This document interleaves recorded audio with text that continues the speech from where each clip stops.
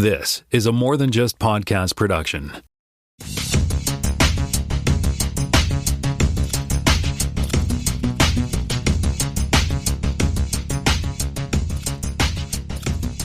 Welcome to this podcast, Season 4, Episode 33. My name is Tim Mitra. I am in Toronto, Ontario, and I'm joined once again by Jonathan Kuline, way over there in Mississauga, Ontario. Hello, kids. And even closer to me, apparently, today in Seattle, Washington, is Jaime Lopez Jr. How's it going? Apparently better than Mississauga. All right. We were just talking about the speed of internets and things, and somehow Jonathan comes in behind Jaime today, so who knows?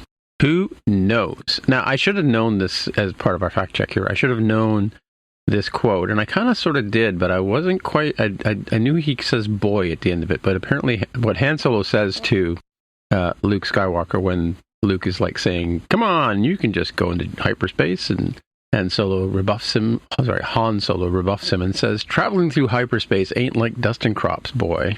I don't remember any crops on Tatooine or dusting that, you know. I think that's supposed to be the funny part, is that he cares so little at that point that he's like, yeah, that's probably what you do, farm boy. Oh, I get it, farm boy. He's on a moisture farm, right? Yeah. Yeah, so he's dusting a moisture crop? I don't know. Yeah, something like that. All right. So we'll head over to the headlines with a sad note. Yeah, I thought this would be a good place to start for a little Star Trek news. We did have some sad news this week that Sally Kellerman, a very famous Hollywood actress, died at the age of 84. She's probably best known for being the original Hot Lips Houlihan on the original film version of MASH. But she had a lot of other roles over the years, including being in the first successful pilot for Star Trek. It's an important distinction. That's true. I forgot that. Yeah, you're right. She was the female lead alongside the cast, the real cast that we know, the Captain Kirk, Spock, and the original crew as we know it in the episode Where No Man Has Gone Before. This is, of course, the episode where we get the first appearance of the Galactic Barrier, and we get Gary Mitchell, and we get Dr. Elizabeth Daner, and she played Dr. Elizabeth Daner, and she why does it say Jeffrey Hunter the Cage here on this story? I think they're talking about the failed pilot that was before it.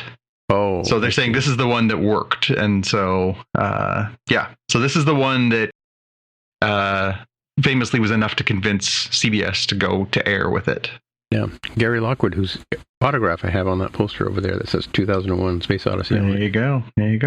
So yeah, I mean, sad news that we. What else was she in? Like, I was trying to think the other day on, like, I know she was in, like, I'd forgotten that she was actually in the pilot. Surprise, but let's have a look here. I remember her from obviously MASH, but I also remember she was famously, she was the love interest in a goofy Rodney Dangerfield movie from the 80s called Back to School, where he plays a rich millionaire who goes with his son back to college, and she plays a professor at the university who's this like sexy older woman who becomes his love interest. That was probably the first time I noticed her, because again, I was, a kid and a teenager in the 80s, so that for me was what clicked. But I mean, she was in a lot of very famous things through the 70s and 80s and 90s. I mean, looking down her list. Natasha and Boris and Natasha, apparently. She was, in fact, Natasha and Boris and Natasha in the 90s, yeah. Yep. Yeah. So, yeah, I mean, if you go through her IMDb, it's quite a consequential list. And when you talk about, like, classic shows, not only was she on Star Trek, but she was on, The Twilight Zone, The Outer Limits, Bonanza, That Girl, Mannix, but, like, name a show. She hosted SNL, she was a very famous performer, and yeah, for our purposes, she was part of Star Trek and sci-fi history. So farewell to Sally Kellerman. All right, next up, we've got a little bit of newsy news.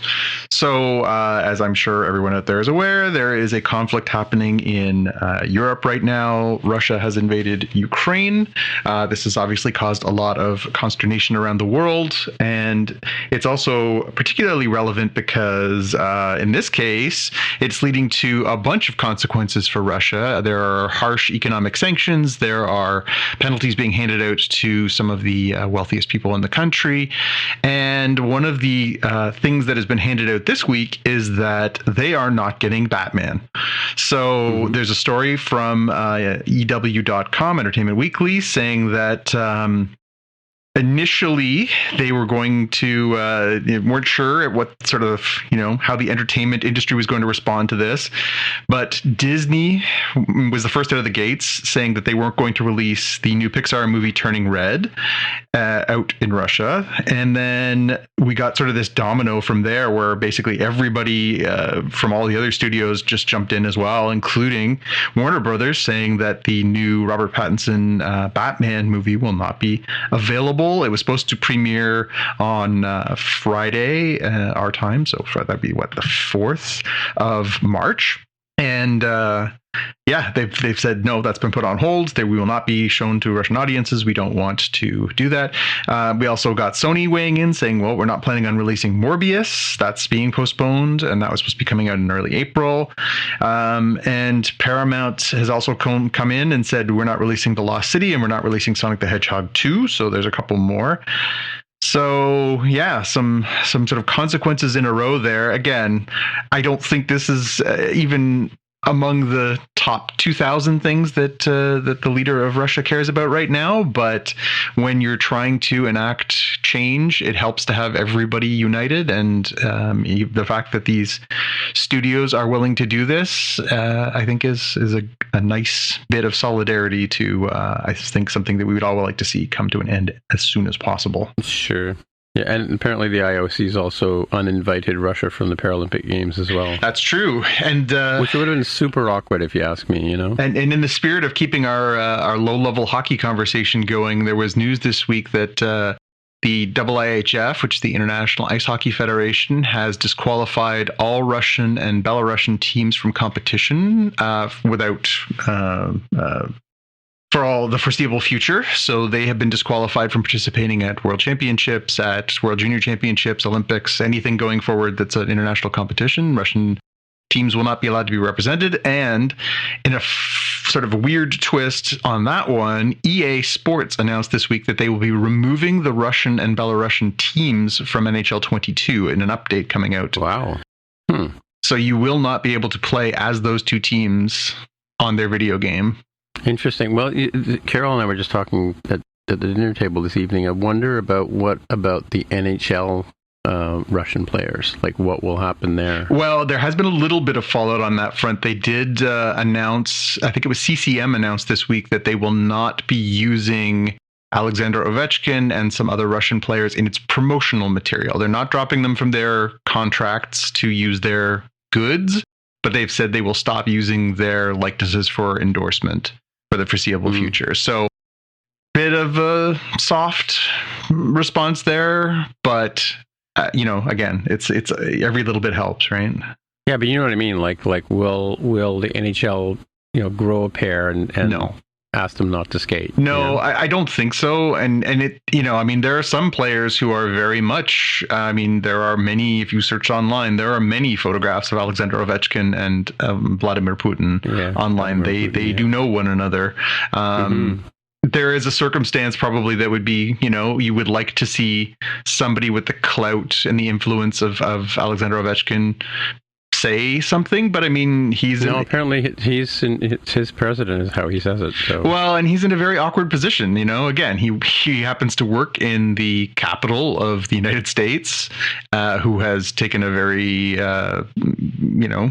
anti-invasion standpoint, and I think he did release a statement this week, which I believe was to the effect of, I want to see this conflict ended as soon as possible, but I don't think how he wants to see it end and how we want to see it end are necessarily the same things. True. Yeah. So yeah. No, I can't imagine it. Like, imagine, I don't know, like, I'm just using Ovechkin as an example, and of course there are many, many Russian players in the NHL, but like, imagine them going to a province like Manitoba to play the Jets, where a large portion of the people in Manitoba are Ukrainian immigrants. Oh yeah, it's a large number of Ukrainian Canadians there. Yeah, I don't know if you saw, but maybe you have a link in the show notes. But there was a game the other day where at the beginning of the game, instead of just the Canadian national anthem. They had the Ukrainian men's choir from Manitoba sing the Ukrainian national anthem, and then O Canada. Yep. And while they showed fields of wheat and stuff like that on the ice surface. Yeah, no, it's quite the. It's definitely a rallying cry from a lot of different fronts, and I think obviously we stand in solidarity. We want this to be over with, and hopefully more lives to be spared, because this is pretty ugly. Yeah. But let's move past that and back to the Batman. So we talked about how Batman will not be debuting in Russia. It is debuting in other places starting tonight, I guess, theoretically. The question then becomes, okay, so if you're not comfortable going to the theater to see this, if obviously circumstances haven't changed or moved into a progressive place from where you are, you may not want to go see it in the theater. When can you see it at home? Well, Jaime, have I got good news for you? According to CBR, Comic Book Resources, they've got a story saying that it is going to be coming to the HBO Max in 46 days after its March 4th theatrical release. And apparently that would put it at April 19th, 2022. So really not that far to wait to have to see it. Now, it does look like it'd probably be a good movie to watch in the movie theater. I mean, Batman movies are good. I think Matt Reeves is a good director. I think there's probably, if you feel comfortable, it's probably worth seeing in a theater. However, that's not a lot of time to wait. So that might be a good thing for some people. In addition to that, they're also talking about how in this story that it was, what's the gentleman's name here? I have it at the top of the story here. Warner Media CEO Jason Kilar, Kilar, revealed this information, but he also revealed that The Flash and Black Adam and more movies will be releasing on HBO Max 46 days after their theatrical debut. So that could be a trend. So if you're getting a Warner Brothers release and you're trying to decide, hey, do I care enough, or am I reading the reviews and it doesn't sound glowing, and do I want to make the effort? If you know that you're only waiting, essentially 6 weeks to get there, that's an interesting quandary. Jaime, are you intending to go see the Batman in theaters? No, despite things loosening up here, I'm not comfortable with theater stuff unless I could sneak in something like you all, where you practically rent it for the price of a popcorn box. I was going to say, are you looking for the empty theater we always seem to get out of this? Yeah. So this will work out pretty good for me. I currently do not have HBO Max, so I've not been one of the people enjoying Peacemaker, although I've been seeing good things about that online. So I probably will subscribe at least for that 1 month, get the Batman, catch up binging on Peacemaker, and maybe something else that I've forgotten that's there. So there's a rumor that the new Game of Thrones series may come out this spring. That will be announced at some point. Yeah, I have to. Well, let me see. So when they say coming to HBO Max, do they mean? And it's real hard to. Do they mean in the it's permanently part of HBO Max now, or do they mean what they did in 2021, which is it's here for a month, you better watch it then, otherwise it's going away for several months, and then it comes back later as a permanent thing? Yeah, that's a good question. I suspect that would be the case, but then I don't know, maybe it's a lure in. My understanding is that I remember reading a few months back they were going to do a spin-off, an HBO Max spin-off from this version of the Batman based on the Gotham cops. So I think it makes a lot of sense to put it there and plant it there, because then you've got this natural feed in. People soak that up. Are you getting a commission from HBO or something? Or I just want to check. We don't have HBO here, frankly. I mean, are you personally getting a kickback or something? I just want to check. I wish. Yes, as HBO, if you need a show, I am here for it. No, I think this is, they have a lot of properties at Warner, and Warner, of course, is tied to HBO. So that's where DC comic book stuff is just going to keep churning out there. So if you're into DC comic stuff, it really is. It is turning into the DC comic fans' version of Disney Plus. Disney Plus is going to give you what you want from a Marvel point of view, and I think the intention of Warner's is to be the opposite of that for for DC. So if you're into Batman, Wonder Woman, Superman, and the whole DC Comics universe, you're going to be seeing a lot of content pop up there because, that they want it on their platform. So I heard a rumor too that DC has with the production of Peacemaker, DC has discovered how to use lighting on a movie set. Oh, From they're dabbling in other things like now the you've got bright colors and like Aquaman and other stuff where they sort of dabbled a little bit with like sort of dark but not really dark. Yeah. Have you watched Peacemaker yet, Tim? No, I haven't watched it yet. I'm waiting for Jaime to be able to watch it. Okay. Well, it's Solidarity. I think that's pretty tight.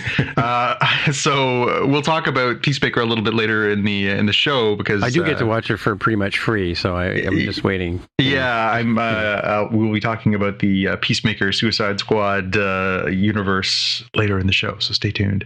Well, actually, I want to come back to the thing. So it is March 3rd as we record here, and in Ontario, they have removed the vaccine passport requirement to go to restaurants and movie theaters and sporting venues and concert halls. Mm-hmm. So my question goes to Jonathan this time. How comfortable are you going to see a movie theater now you know that people are not being checked for vaccines?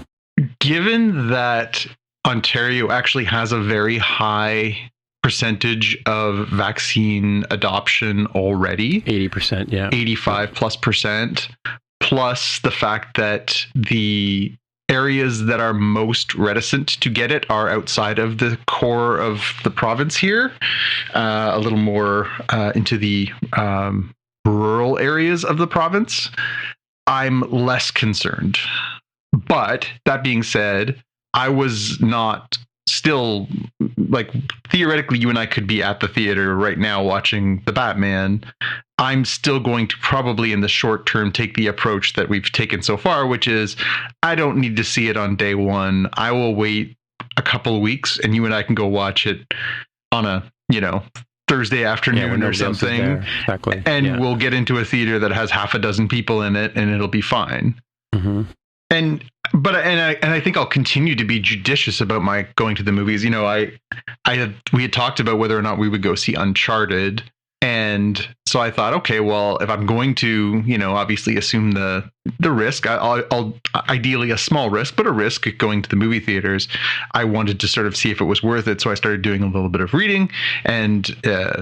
Not a high level of love for that movie so far, and I thought it's fine. Then I won't put myself out there for that. I will probably be pretty selective on what I choose to go to the theater with in the short term. But I mean, I've got tickets to see a show, a live comedy show in 3 weeks. Yeah, I have several tickets to see people in this. And I had been anticipating like so many things. I was supposed to see shows this month. I was supposed to see shows last month. I was supposed to see shows, over the last little while. They just keep getting rescheduled and canceled. I assumed that I wouldn't be going to this one, but now that they've changed the policies, it seems like it's on. So I guess we'll see. And just Jonathan, maybe referring to, I found a review on Uncharted the other day on Twitter that said it's far more rewarding to watch a cutscene compilation of the games on YouTube than it is to go see the movie. So yeah, I'll have a link in the show notes for that. So that's not a great review. Yeah, it is currently sitting at a disappointing level on Rotten Tomatoes right now. I don't remember where it's at, but I think it was down in the 30s. Really? Wow. Let's see. Okay. I don't want to speak out of turn. I will do my check here right now, but it was not doing well. Oh, it's climbed up. It's at 40% now. Right. Okay. Yeah. So the critic consensus is a promising cast, but it is a disappointing echo of superior adventure films. So okay. That being said, it's got a 90% audience score. So maybe it's just what Jaime lovingly calls a grab a bag of popcorn, and turn off your brain movie. It's not it's not high art, but it blows up good. Yeah, I think I constantly bring up Pacific Rim and Stealth as the movies were like, look, and like these are not going to win Oscars for anything other than like special effects, at best. So you go in there, you enjoy the pew pew pews, and you just chill out and don't think about your taxes, don't think about your dog that bit you. You just move on and experience. So what is stealth? I don't remember that one. Stealth is the one where the jet fighter has an AI in it, and it, gets struck by lightning or something and goes rogue. The jet fighter does? Yeah, it's kind of weird calling it a drone, but it's like a drone fighter, and the humans in the Air Force with it that are part of its wing of a squadron, they're spam in a can traditional fighters, and they're struggling to fight against it because it can take higher G maneuvers than they can, and etc. With Josh Lucas, Jamie Foxx, and I see her name. I see it, Jessica Biel, I think. Oh, okay. Oh, yeah. Okay, I remember that one. Did you ever see the Clint Eastwood movie where he's in a supersonic jet and he goes rogue or something like that and flying around the world? What a horrible movie. Firefox. That was like a VHS rental classic from the 80s. Yeah, oh yeah, definitely a rental. And you want your money back after renting it too. Yep. That one and the Broken Arrow, that was another classic. Yeah. Jet Gone Rogue is a timeless Hollywood trope. Well, it goes right back to 2001 Space Odyssey, right? There you go. Okay, I thought this next story was from Jaime, or am I mixing what we talked about last week with this week? Last week, Jaime brought us the news that the Marvel Netflix shows are coming to Disney Plus here in Canada. This week, so this is your gift to him. This week, the gift is returned to you. I volley it back to you, my friend, to say we actually found out that the same thing is going to happen in the United States. So they are coming to the... But they'll get it a week sooner than we will, right? No, they won't. So March 16th is the date that the Marvel Netflix shows, so that's obviously Luke Cage, Iron Fist, The Defenders, Punisher, Daredevil, and Jessica Jones are all moving. They're all off of Netflix effective now, and on the 16th they're coming to a bunch of different markets, including Canada and the United States. They also say in here it's coming to the UK, Ireland, Australia, and New Zealand on the same date. So luckily, it'll be moving there. Now the difference between Canada and the United States is that here we already had Star, and Star already came with something you have to enter when you log into your Disney Plus account. It basically says, are you an adult or are you a child? And that way you're not accessing the content with, naked people and swear words and violence.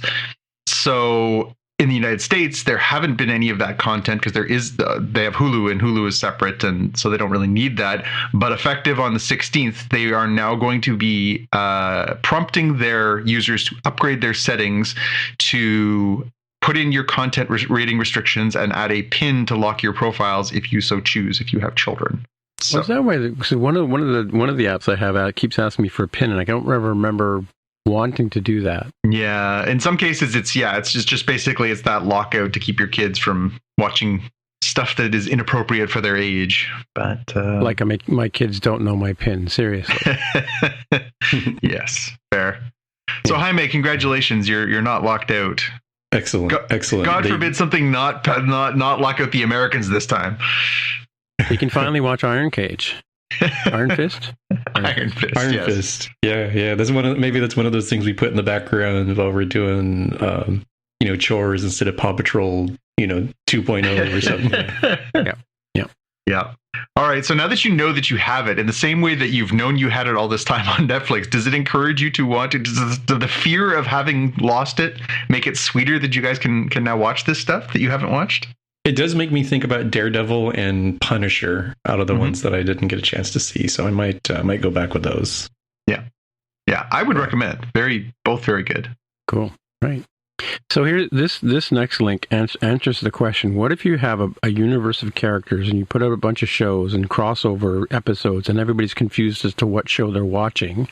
Disney Plus has come out with, I guess it's Disney Plus, has come out with this Mandoverse trailer where they've finally given up, and they've just put together a Book of Boba Boba Fett slash Mandalorian, or I guess the other way around, Mandalorian slash Book of Boba Fett trailer, which mixes the two shows together and says, but you got to watch them both, right? Which is true, as we've talked about on this show before. But so that's kind of interesting thing. There's a link the link is in the article I've got linked here. But if you scroll way down to the bottom of this there's a nice cool poster of Cad Bane advertising the thing with I guess I don't know what language that is, but it's not some Star Warsy thing. And he looks real badass in it. But if you keep scrolling, this page won't scroll. But there is a spoiler or a pseudo spoiler for the upcoming Dr. Marvel movie. Dr. Strange. What's his name again? Benedict Sherlock Holmes? I don't know. With the cape. What's that called? Dr. Strange. Dr. Strange. I had it right the first time, right? Captain Strange, Doctor Strange. And there's a figure that got released, I guess. That's the spoiler, right? Still scrolling. Come on. Here we go. Okay. Yeah. I don't know if I should say her name out loud on the show because it's an audio thing and people don't click on this if they don't want to know, right? I have no idea who this is, but America Chavez. Yeah, you can see her in the new trailer. Oh, okay. That's out there. So how is this article a spoiler? It says it could have been previously, but in the trailer they released at the Super Bowl, there's a scene where you clearly see America Chavez. Okay, all right.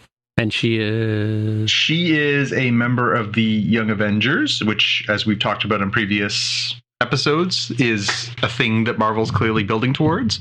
She has the ability to travel through different dimensions. So should we have watched that show before we go see this movie at our leisure at our home, as we discussed earlier? No. I mean, we've talked about on previous things. So, young Hawkeye, the Kate Bishop Hawkeye, the grandson of the Patriot, the original Captain America, Ant-Man's daughter. They're building a roster of young Avengers from the comic books, and America Chavez is one of those. So this is just another piece in a puzzle that will probably unveil itself over the next couple of years. All right. Yeah, I'm not familiar with America Chavez, but is it me or is there like a into the Marvel-verse thing going on with Captain Marvel and like that sort of family tree of characters related to Captain Marvel? I didn't realize there were so many. Yeah, I mean, so I think they already said that the title for the new Captain Marvel movie that's coming out is The Marvels, right? And I think it's supposed to tie in because they're doing the Ms. Marvel television show on Disney Plus this year that is going to introduce the newest iteration of that character, is also a member of the Young Avengers and is a young Muslim woman. So they are going to, I think, introduce her on the TV show and then bring her into the Brie Larson Captain Marvel plus the not Captain Marvel anymore character, but that we met in WandaVision, and that is the character that is now currently, I believe, known as Photon. Maybe they changed her name again. I can't remember. I think they changed it again. It was Photon. I can't remember if they've changed it again. She was known as Captain Marvel for a while. So anyway, I think the whole point of that's Monica Rambeau. So that's her best friend's daughter that we meet as a little kid in the 1990s. And then now flash forward to the future, she showed up in WandaVision and she pushed through the barrier and she seems to have gained powers. And now I think we're going to see her pop up again in that. So they're building a whole sort of, for lack of a better term, Captain Marvel core around all these other characters. So, okay, cool. And there's a bunch of information you may or may not have known and may or may not care about. Right. So Jaime, you have a story here. Yeah. Apparently, there's a Twisted Metal series based on the PlayStation game that's coming to Peacock, and it stars the Falcon, Anthony Mackie. How timely! They touched on something that's really at the heart of the zeitgeist right now. The Twisted Metal games from 1992. It's a little strange. I don't know if somebody at Peacock got wind of like, all right, so Paramount Plus is making a Halo thing. It's like, what do we got? Like, I think we can get Twisted Metal. Yeah, make that. You can make it go pew, pew, pew real good, right? Yep. That's good, Lopez. It's good thinking. That's a racing game, right? It was like like a Demolition Derby kind of thing. Yeah. Yeah. Cars crash into each other, Demolition Derby style. They had wacky guns and stuff. One of them was an ice cream truck. Yeah, we wasted many hours playing that in college, I'll tell you. Yeah, I vaguely remember that. Yep. All right. Next up, good news, everyone. Good news, everyone. We talked about how Futurama is being rebooted by Hulu, and that there was one holdout who was not happy with the initial financial settlement financial offer that they made to reunite the original cast. That was John DiMaggio, who plays arguably the most famous character from the show, which is Bender. And so we got news this week that he is joining the new reboot, and that he has signed his agreement, and he is very happy to be part of the gang again, joining Billy West, Katie Sagal, Tress McNeely, Maurice LaMarche, Lauren Tom, Phil Lamar, David Herman. So basically the whole original cast. And of course, Matt Groening is also back on board with David X. Cohen, the executive producer. So this is as Futurama gets. It's the whole gang back together. So if you had concerns and reservations, good news, everyone. Yeah, definitely. Great show. Mm-hmm. Great show. Now, the question is, when do we get it here in Canada? Yeah, of course. So I have a question for you related to the next story. Did you ever watch The Ed Sullivan Show when you were a kid? It was a bit before my time. Really? Jaime? No? I guess. Yeah. If it was a bit before my time. bit before Jaime's dad's time. I'm trying to think if I've actually ever sat and watched an episode, but I've seen clips. They used to have these guys, I don't know if you ever seen the spinning plate trick? Like yeah. Guys start spinning plates and they have to keep them all in the air. Well, speaking of spinning plates. Yeah, this one I wanted to throw in. This is my my news story of the week dedicated to my sons. So, and I love the headline they put on it from the folks at Gizmodo. Somehow, Paramount will turn Beyblade into a live-action movie. So Beyblades, for those who are not familiar, are these little toys. They are something that we had when I was a kid. We called them battle tops. You basically have a salad bowl. Yes, right. You have a top. You let them rip. Like a parabolic dish, right? It wasn't a parabolic dish. And they spin around and they bang into each other. And in theory, one of them falls over first, and the one that is still standing is the winner. It's a game that kids can play, and it's a timeless kids kind of toy. Reinvented in the 21st century as Beyblades, accompanied by one of the single worst animated cartoons I've ever watched. My sons were big fans, particularly my eldest, who has been a guest on the show. Loved it. So much so that for Halloween one year, not only did he dress up as the lead character, but I had to dress up as the lead character's father, and my wife had to dress up as the lead character's mother. So that was a real thing. It is just so puerile and so silly, and so every bad stereotype about anime for kids is embodied in this show. I can only hope that if they decide to do this, that perhaps they will take a different tack, like they did by doing the Pokemon Detective Pikachu kind of thing. Maybe they'll go somewhere a little different with it, but it's going to be a whole movie about people battling tops, I guess. Yeah, I don't know. Maybe do they win money if they get closer to the wall or something? I don't get it. Yeah. I don't know. Jaime, Beyblades? Yeah.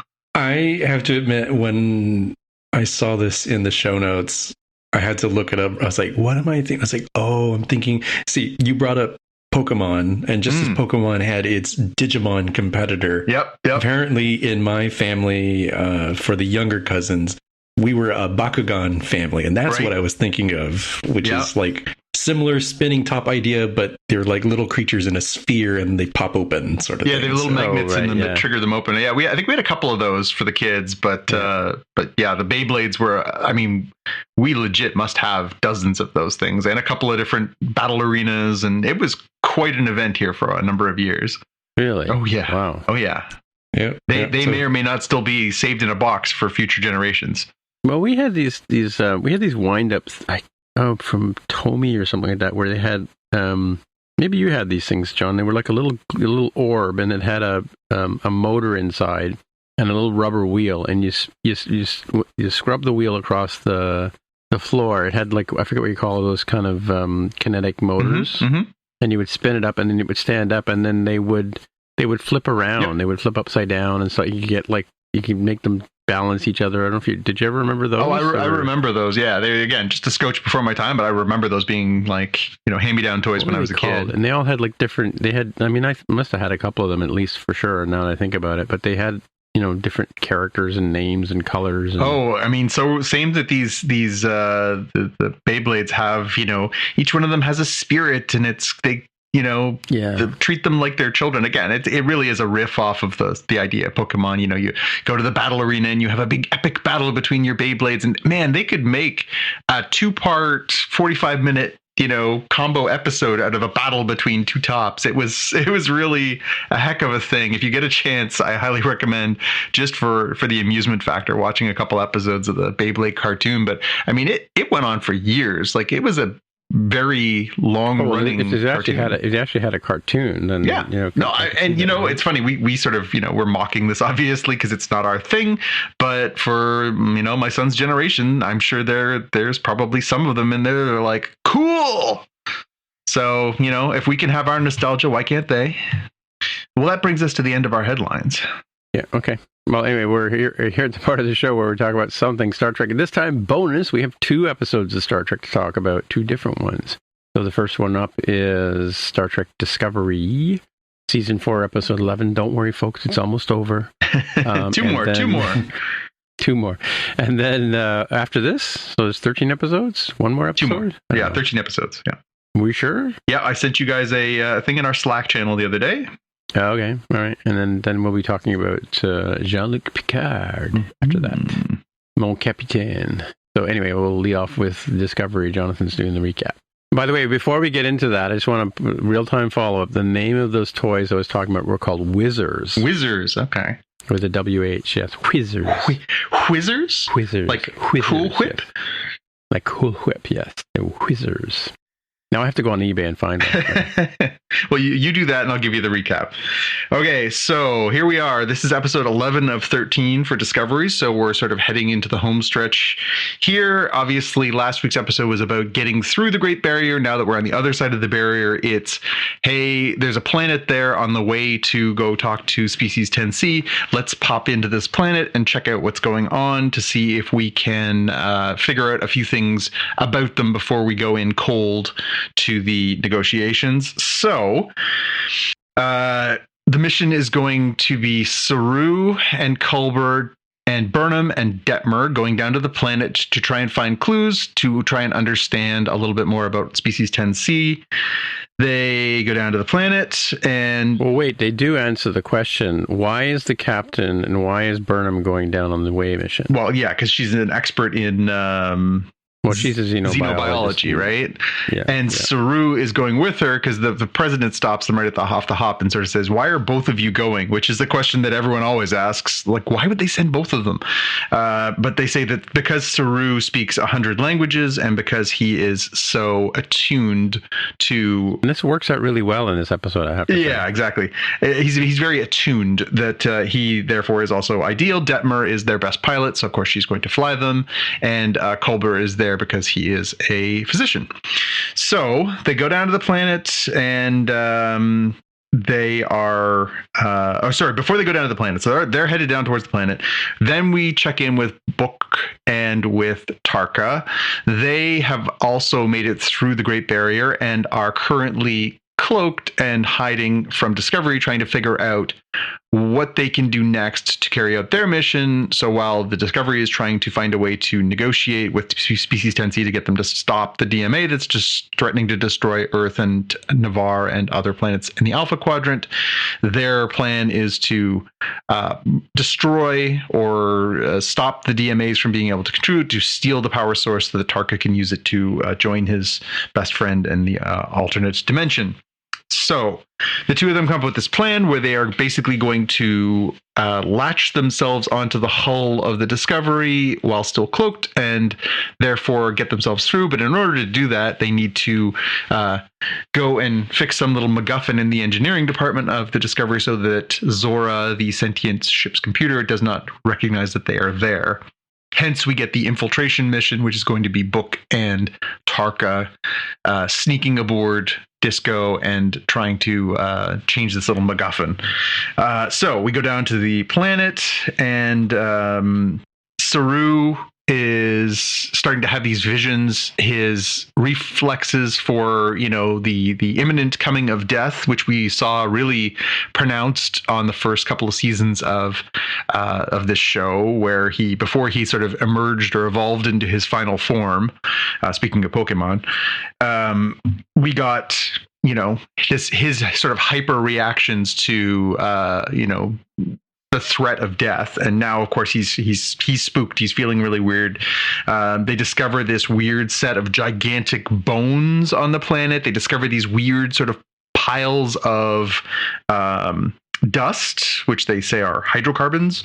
They're trying to figure out, what they are. But Saru's kind of getting a little weird.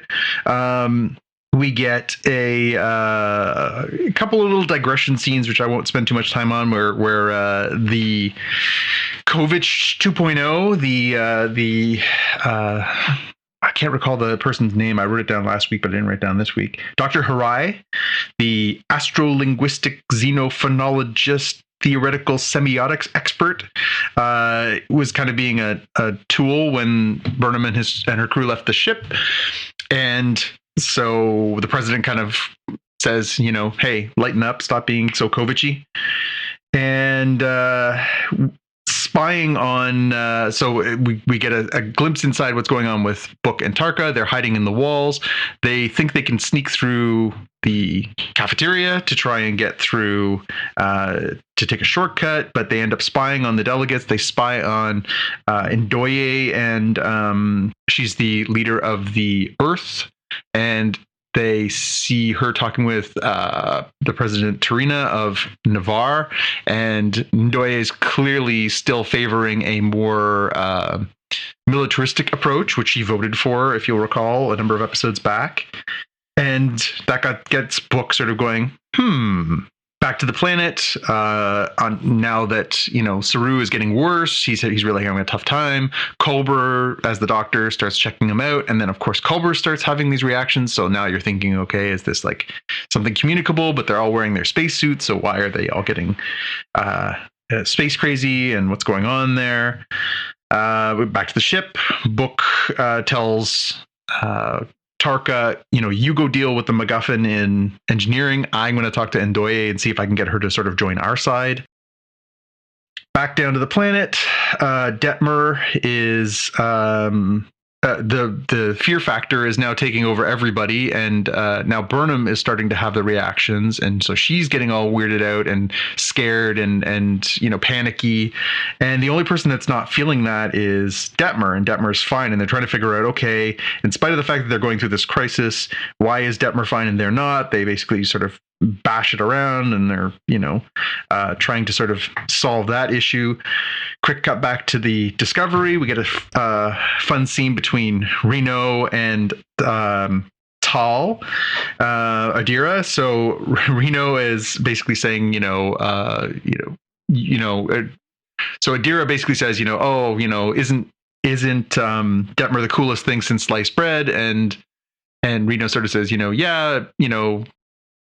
probably should, actually go speak to her. She's just a person just like everybody else. She puts her pants on one leg at a time. Don't put her up on a pedestal. She's, she's not anything better than you. She's just a different person. So, maybe you need to deal with that. And that comes back around later in the episode. Back down to the planet. And they figure out, of course, at this point that it's that the dust, the particulates in the air that they keep touching and they keep making contact with are these hydrocarbons. They are clearly affecting them because it's like nothing they've ever encountered before, and therefore their suits don't know how to compensate for blocking them out.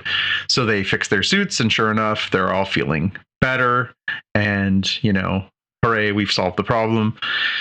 We go back up to Disco, and in trying to lure the last few people out of engineering, they've sabotaged the food replicators that are making steamed bananas, which I thought was a funny line. Book finally gets Ndoye into a secluded corridor and talks to her and says, hey, can we, count on you to be on our side? And she says, essentially, yes. So she's going to be the eyes and ears for the two of them inside. And in turn, Book promises that if the negotiations go well, if the first contact effort goes well, that they will stand down and will not just take matters into their own hands. He says yes, but of course, Tarka wasn't there, and Tarka's already proven that he is a capital D bag. So, back down to the planet, they encounter another pile of these hydrocarbons, and Burnham takes a chance trying to figure out, well, what potentially could these ones be? They're not the same ones that we've encountered before. She turns off her filters and touches them, and of course now she starts to feel love and happiness and contentment and security, and they start putting two and two together and realize that where the place they're actually in was a nursery, and that the hydrocarbons are actually potentially a way of communicating using emotions. And so they start to put two and two together that this could be the breakthrough that they need to actually speak to species 10C and therefore have a breakthrough. So big turning point for them. So then we go back up to the engineering. Tarka has successfully distracted everybody. They've gone to go fix the steamed bananas. He goes in there, he fixes his MacGuffin, and he's trying to sneak out. But of course, Reno comes back sooner, catches him in the act, and sort of says, tell me you're here for a surprise party. And so then we're sort of left trying to figure that out. The away team comes back with a couple of the compounds in tow. They have since then, they basically give you the plot exposition, which is they've identified 16 different compounds that all elicit different types of emotional responses. Good mission, well done. They even get a nice clap on the back from Dr. Harai, who gets a bit of a stink eye from the president, and it says, good job, he everyone. Goes out of his way to make a compliment. Yeah. So yeah, they're hoping that this can be their Rosetta Stone, that this can help them understand and find a mutual way of communicating with species 10C, which will obviously head towards in the next episode. The president, Tarina, offers Saru a hearty congratulations and says, if this has been such a stressful day for you, perhaps you'd like to go for a stroll in the holodeck, which is a really sexy Vulcan come on. And they reveal at this point that there's only 24 hours left before the DMA is supposed to start knocking out planets in the Alpha Quadrant. And Book is watching through the walls. He can see Burnham. And so he sort of sees, he knows what's going on. He knows what the timeline is. And as the episode starts to wind down, we get a nice scene where Adira goes and speaks to Detmer, and the two of them have a little sort of bonding session. Detmer sort of makes fun of her a little bit, and the two of them sort of, start to connect. So it's a nice moment between the two of them. Burnham and Culber have a good conversation, and Culber admits that he's, still struggling mightily, and that he's still not recovered from the breakdown we saw from him a few episodes back. And Burnham sort of says, of course you're not, like, they've had no chance to stop, so of course you haven't had time to heal. And from there we end up back on Book's ship, where Book transports back out and says, okay, everything's in place. We got Ndoye on our side. We got the MacGuffin. We're glued to the bottom of Discovery. We're going wherever they go. All forward on the mission, and turns the corner and finds Reno being held hostage by Tarka. So we leave with a sassy line from Reno. Yeah, imagine coming home and finding a hostage situation. Yeah, that was interesting. I kind of wondered what was happening with when Tarka gets sort of found out, and then I'm kind of curious about that one, because she kind of has the tables on him now. Admittedly, he's obviously a larger person, and he's crafty. He's pretty crafty, but I still feel like Reno's, I don't want to say smarter than him. Well, she's a Starfleet officer. She would have been trained in combat. And, and he's very, very, he's a very, very intelligent person, but I don't know that he necessarily has the, Starfleet martial arts training or anything else, So technically, yeah, like you said, she finds him cowering underneath a table, and she's obviously got the upper hand, you would think, at that point in time. Well, right? and at the very least, like, she has a personal transporter attached to her shirt. Could she not have just tapped it and gone True. and then sent in exactly. 20 security officers to shoot holes full of, anyways. All right, so this was another Glue episode. We got a little bit more advancement on understanding Species 10C. We get a little bit of, closer to the final goal line on this as we tee up for our last 2 episodes. But overall, not a momentous episode. Still, just sort of building, more building. Like watching paint dry. A little more building. Tim, you obviously have strong feelings about this one. You want to lead us off? Well, I don't have strong feelings about this one. It was probably a snooze fest more than anything else. In fact, it was so boring, I stopped following what they were talking about when they were in the nursery part, and I heard the word nursery and went, oh, okay, sure, whatever. They'll explain it later. But yeah, I just found that whole visiting this dead planet part, just not exciting. No pew pew, But it wasn't meant to be a pew pew part, though, right? No, I know, I get that. What I'm saying though, it was a real snooze fest. I mean, mm-hmm. I get that they were trying to explain that, or I guess trying to demonstrate that there was some mysterious force happening, some mysterious thing was affecting Saru at first, and they answered the question I didn't even think to ask, was just, well, how come this is going through his suit, right? Mm-hmm. They had to sort of explain that to me, because it was obviously I don't know, just it didn't really say much for me. And then the Tarka is such a brilliant tactician and software genius, but he has to physically go and install the patch, right?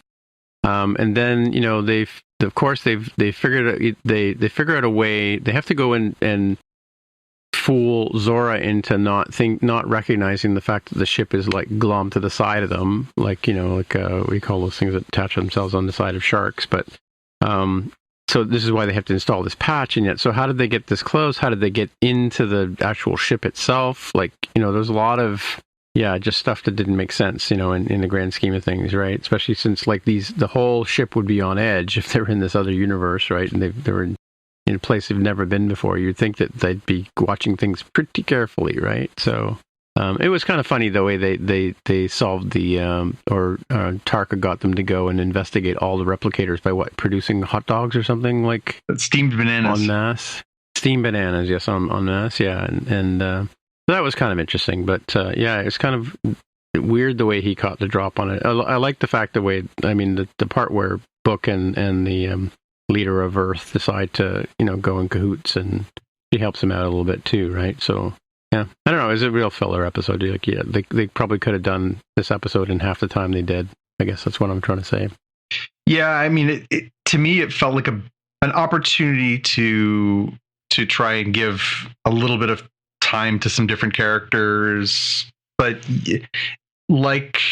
even last week's episode, it felt like they were kind of touching on too many, there's so many players on the stage, there's a lot of stuff going on, but not in a terribly negative way. I didn't feel as strongly as about you. It didn't bounce around too much. Yeah, that was I don't think Star Trek always needs to be pew pew pew. As a matter of fact, I kind of enjoy these, we have a mystery on a planet, let's figure it out. That to me seems more traditionally Trek than just the all pew pew pew, which this season has been a lot of pew pew pew and a lot less of this. So I didn't mind that as much. Jaime, what was your take on all this? Yeah, I think this episode doesn't feel as bad as some of the problems we've seen with pacing in Disco over the years. Mm-hmm. I don't understand, they're getting better, just to be fair, but I don't understand why they don't say, all right, we've got 10 episodes, it's all one, or 13 episodes, it's all one story.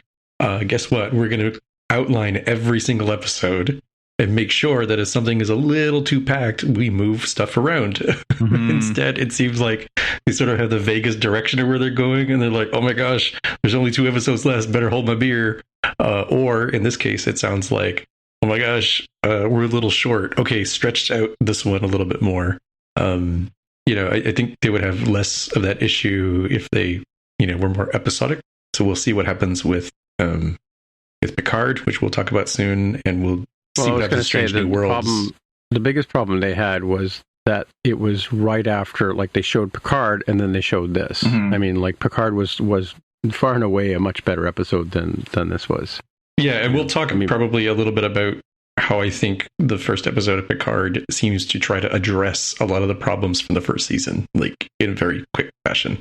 But before we go there, I'm kind of the opinion that the reason this particular episode exists is to establish the was it hydrocarbons thing? Yep. The blue dust. Yep. And I'm almost certain that what you're going to have is a Book and Michael scene where she's convincing him to try to do the right thing, and the right thing is going to be shoving his face into a big bowl of dust like he's Tony Montana from Scarface, and using that, because remember, he's an empath, right? Using that to communicate with 10C, where they don't have to use words, they use the feelings, and 10C is going to be like, oh, this bad thing was happening, I guess we'll turn off the DMA here and stop, bird grinding our coffee or whatever it is that they're doing with it, right? This super advanced species. Yeah. No, I think you're really on the right track. I mean, it occurred to me as in watching this one too, that when they started talking about like how it heightens your feelings and stuff like that, I thought, well, yeah, Book's got the strongest feelings of all. He's got the sadness at losing his planet. That'll probably be the most powerful thing that they could use as a talking point, right? And then, again, maybe it's both of them. Maybe it's Tarka, too, because Tarka has this sort of loss of his friend and a desire to move on. And so, yeah, I think you're right. I think it's too big of a coincidence that all these things are coming together. Tarka does have the soft, chewy center, right? Like, you can get at that. You can break through the shell, because he obviously had feelings for Oros, or whatever his name was last week, right? He developed empathy for him, even though he's meant to be opposing him initially, right? Yeah. But no, I like that. I like the theory. I hadn't really thought about that, but yeah, like it makes more sense for Book to be the glue here, because, like you said, he is the empath. He, much like Saru's got the languages. This isn't about talking. This is about this is the way this species communicates is through these hydrocarbons, right? And it's more empathetic than vocal, right? Yeah. I do think that the other half to the Tony Montana thing was Jet Reno, because Tarka wants to piece out of this universe and go to the other one, is probably going to use the power of the DMA to help Tarka along, right? Of like, all right, I'm an engineer, I can help you with this part, see ya, bye-bye, go on, sort of thing. I could see that happening. I think that's why Jet Reno was ultimately kidnapped as the character. That's why I would think that they're moving that chess piece on the board. And in terms of getting the drop on folks, I don't know that I necessarily agree with the way that they did it, but Starfleets are not gun twitchy the way that like the Klingons or the Romulans would be, right? So I think you guys are thinking it from it in a non-Starfleet way of like, what I would have done is definitely pulled my gun out and shot the guy, right? And then if I miss, I like beam out of there and then tell security, hey, this guy's over here, find him. Instead, because he is, like Macaulay Culkin crafty kind of thing, he probably had like something in his mouth or something that he spit out, and it's like a little nano virus thing that like incapacitates or something, right? He had that weird trap for the Discovery shuttle that he didn't even tell Book about, so it doesn't surprise me that he was prepared with weird random stuff. It did occur to me, and it's a good point, Jaime, I think the darker turn that modern Trek has taken, if you'll allow me that broad statement, made me think for just a second, oh, it would be a hell of a twist, because Reno just did have a nice moment with Adira previous to that. It would be a really dark twist if they went back to the ship and Book sort of said, any problems? And Tarka said no, and then they cut back to Enterprise and you found Reno either dead or beaten or just something that shows like Tarka is not going to be denied. You know what I mean? Like some sort of dark turn there. I'm glad, because I really enjoy the Jet Reno character. I'm glad that's not what happened. But just for a fleeting second, it crossed my mind, ooh, this could get really like, they could really show you how serious Tarka is versus, because Book's first impulse is, I see an opportunity to find a way here where we can protect the Discovery crew and complete our mission. Whereas Tarka was like, listen, we're here for the mission, the end. Like, I want my power and I want to go home. it occurred to me just for a second, maybe he would do something that extreme to get what he wants, and that would really establish the stakes for the character. As I say, I'm glad that didn't happen, but it did cross my mind that they could go to that place to show you who he is. And there's also the interesting position as to why they bring back Jet Reno as a character, especially from the point of view of the LGBT connection, right? That she's advising Adira, yeah. What's her name again? Adira Tal, yeah. She's advising Adira on relationships, if you will, right? Yeah. And because that's, she's sort of, without saying too much, she's saying she's interested in Detmer. And did you get that in a romantic way? Did you get the sense that she was talking about that? I don't know if it's a romantic. It's hard to read that kind of relationship, but that's the impression I got as to why the character. Because didn't Detmer come out recently? The actress in real life came out and said that she was able to come out because of this season of Star Trek, right, or Discovery. Well, she's one of a number of out. No, I know, but show, she mentioned at the beginning. I don't know if we talked about it or I read it somewhere, but she just recently came out at the start of this season after filming the season. Okay, yeah, Emily Coots is the actress's name. Yeah, she's great. Yeah, so again, but anyway, like the interesting that I thought maybe she was just there to make that connection, but now having her here in the show and having her sort of running engineering while Stamets is off, doing his math puzzle, right? Makes sense. But then also like Kami said, the chess piece moving her onto Booker's ship to assist them as a sort of trio of brilliant people, right? Yeah. No, it wouldn't make sense to just introduce her and have her be in that one scene. You had to sort of bring her back for larger purpose, you'd think. And I think Kami's definitely on the right track. They tend to bring her in for very small, one-offs or two-offs. She's not in every episode. Like she's a special guest kind of character, right? Yeah, and again, I think obviously COVID has something to do with that as far as the shooting logistics, but I think it's also, she's so good. She's so good in that role. I think you wouldn't want to see her in every episode, even though she does obviously steal scenes and everything else. I think she's way better deployed in this kind of way, where she sort of sneaks in, has a couple of Yoda lines, and says something really wisecracky, and then moves on. And we see her. Well, I guess she's kind of the Guinan of this series in that sense. Well, she's we forget the circumstances that we met her in, where obviously she was crashed and lived alone on the Hiawatha, and had a pretty hard run, and so now I think she's got a pretty zen way of looking at things now. Right. Yeah. Mm-hmm. Yeah, she does drop that Hiawatha story as well. Did anyone think that there's a missed merchandising opportunity that really we should do is get Detmer's face on the t-shirt and then put "Fly Good"? Because that's like her thing. So when people tell her Captain Pike said it, they said it in this episode. Fly Good. I think it's merch idea right there. Yeah. There you go. For sure. Well, I'm sure it's going to come out. Like you probably just hit. It's probably already in production. Create an NFT, Tim. Get on it. Well, it's because she literally said never say that again, right? Or never bring that up in public again. Yeah. After realizing how dumb it was to say. Fly good. But it's obviously it's the kind of thing that a newbie would say to someone that they're admire or infatuated. Sort of an awkward.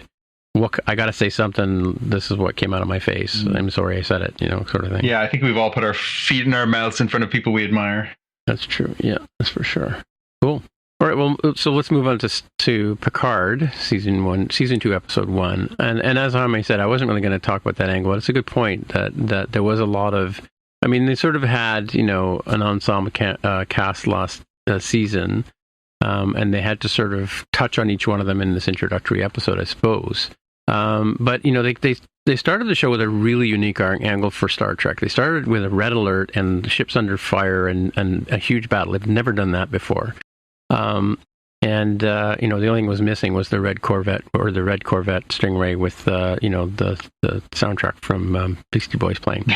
But anyway, so we start off with the ship under attack, and systems are being redirected. I've forgotten her name now. Alison Pill's character is yelling, and Alison everybody's Girardi. upset. Alison Girardi. It's Agnes Girardi. Agnes Girardi, yeah. And then I have that later in my notes, but she's yelling about how they're being taken over and they're losing control, and Picard's like leaning over, like in his old man role, struggling as to what to do, even though he's not the captain of the ship at this point, he's the admiral. But he starts an auto destruct, or the typical auto destruct sequence to, as the starship trope to destroy the ship when they've lost all control and they can't have the enemy take over their ship, right? And this is we find out later in the episode, this is a really unique ship. It's just been first of its type. And then you hear the word Picard, or somebody says Picard in a sort of ominous voice, and fade to white, and then next thing we know, we're back on Chateau Picard, and 48 hours earlier. I missed that the first time I watched it when it went through, but and so we're back on the, back with the Robo Vineyards where the machines are helping, gather the grapes, and Laris is there working in the new version of Cork Express there, or in design, working on the label for the wine bottles. And a few minutes later, that evening, Picard and Laris are sitting down for a glass of wine, and he's musing about the fact that she must be missing her partner. We find out that it's a year and a half later from where season 1 ended, I guess. And she tells him how, like in relationships, Romulans kind of fall in love with one sort of person and they love deeply for a long period of time. And she kind of asks Picard why he's always sort of been alone in his relationships, and they kind of lean closer and closer and closer, and then Picard kind of pulls back, and so they have a near kiss, but not quite. And he does say in the beginning of that part that is one of his favorite days on Earth, or this was one of his favorite days on Earth. And she says something to him, I guess in Romulan, that seize today, for we know nothing of tomorrow. Anyway, so, and then later on he's in this greenhouse. The beginning of this show, and I think last year too, bits of falling glass. So that part of his house is this greenhouse solarium, where we flash back into the past, where he and his mother are there talking about things, and she says, this can be our special place where we can come and hang out, and wait, your brother's off at school and your dad's doing whatever he's doing with his wine. And Picard says, or Jean-Luc says to his mother, will you fight less if we come here? And of course, then they show scenes of them, the parents arguing. And she sort of says, well, her inspiration to her is just come in here and, look up into the sky, and imagine how tiny our voices are in the grand scheme of things when you go into space. And her basically just says, look up at the stars, look up, and that'll come back in a bit. And then we flash forward to the USS Avalon, which discovers an anomaly in space, and they send a message back to Starfleet, and you see sort of this green, fissure appearing in the universe as anomalies normally do, right? Picard's back in his study, and he's fumbling around looking for a book, and as Laris comes in, he's looking for a special green book, and she, of course, knows exactly what he's talking about, runs over to the bookshelf and hands him the book that he's looking for. And he asks her, sorry about he wanted to talk awkwardly about what happened the night before, and she just sort of said, we're too old for this, and I'm too old for awkward. It would have just been awkward, so let's just move on, and, don't worry about it. You're just being who you are. You're like Kirk, he's, a starman, and that's where he sort of goes looking for answers, right? And she, the one funny thing she says to him, like, in the age of transporters, you're the only person I know that could be late for things, right? So he's giving a speech at the academy where, a bunch of graduates are there, and he's in his speech. His speech is about the final frontier, which we've heard about 1,000 times before on Star Trek. And he says the true final frontier is not space, but time, and that'll come, obviously, full circle in a little bit, but and he basically tells the students about the inspiration that he got from his mother about looking up into the sky, and think about the thing about time is we don't get a chance to sort of look. We don't get a second chance, or we often think about we don't think about what we have done. We think about what we could have done, which is generally a theme of getting older and having regrets. But he says he wants to sort of shout out to Elnor, who's now joined Starfleet as the first 100% Romulan member of Starfleet. So yay for him. And he mentions that he's the last Picard in the long line of Picards. And I thought he was going to hand the baton to somebody, but he didn't. And he says, and he repeats his mother's words and says, "Look up, look up and see what's out there." And meanwhile, we flash over to Seven, who's running around a storage unit or on a ship or something like that, protecting these medical supplies that she's gathered for. She's still doing her how do you call it, mercenary work, helping the unfortunate. And in the battle, she's battling 2 or 3 pirates who are bad-mouthing her for being a Borg. And of course, she's got with her Hollow Dr. Rios, helping her as and apparently he can not only holographic, but he can also become solid and attack people and stuff like that, which is kind of cool. And so the two of them basically win the battle and defeat the bad guys and stuff like that. And then he tells her that he's noticed an anomaly, and this is a part where I always think about this, right? He finds a space anomaly with massive tachyons and Hawking distortions, is what he says, right? Another shout out to Stephen Hawking. But it's interesting because he reaches, as a hologram, he reaches down and touches the holographic or, I don't know, motion sensitive or tap gesture recognizing, consoles that they use in the future. And the first question I had to ask to myself is, well, if he's a computer generated thing, why does he actually physically have to touch the console? To make it do stuff. Anyway, he tells her that he's found this same anomaly that the Avalon found earlier. So they decide to go off and head off and check that in thing. And then coming back to the sort of playing the part of where are all the people, we see, I think her name is Soya. How do you say her name again? The synthetic being Sochi, that was the main. So yeah, I think spell check messed up my thing. Yes, Soji. I think it's Soji, right? Yeah, Soji. Yeah, you can see spell check has messed it up on here. But she's talking about how wonderful it is now that Starfleet has accepted synthetics as a life form. That was she was the MacGuffin in the first series first season that she was synthetic and they weren't supposed to have synthetics. Blah blah blah. And Dr. Agnes Girardi is there at the party, just at the bar, having a few, when she gets called away by Captain Rios to come to join his ship, because he's discovered an anomaly. Imagine that, right?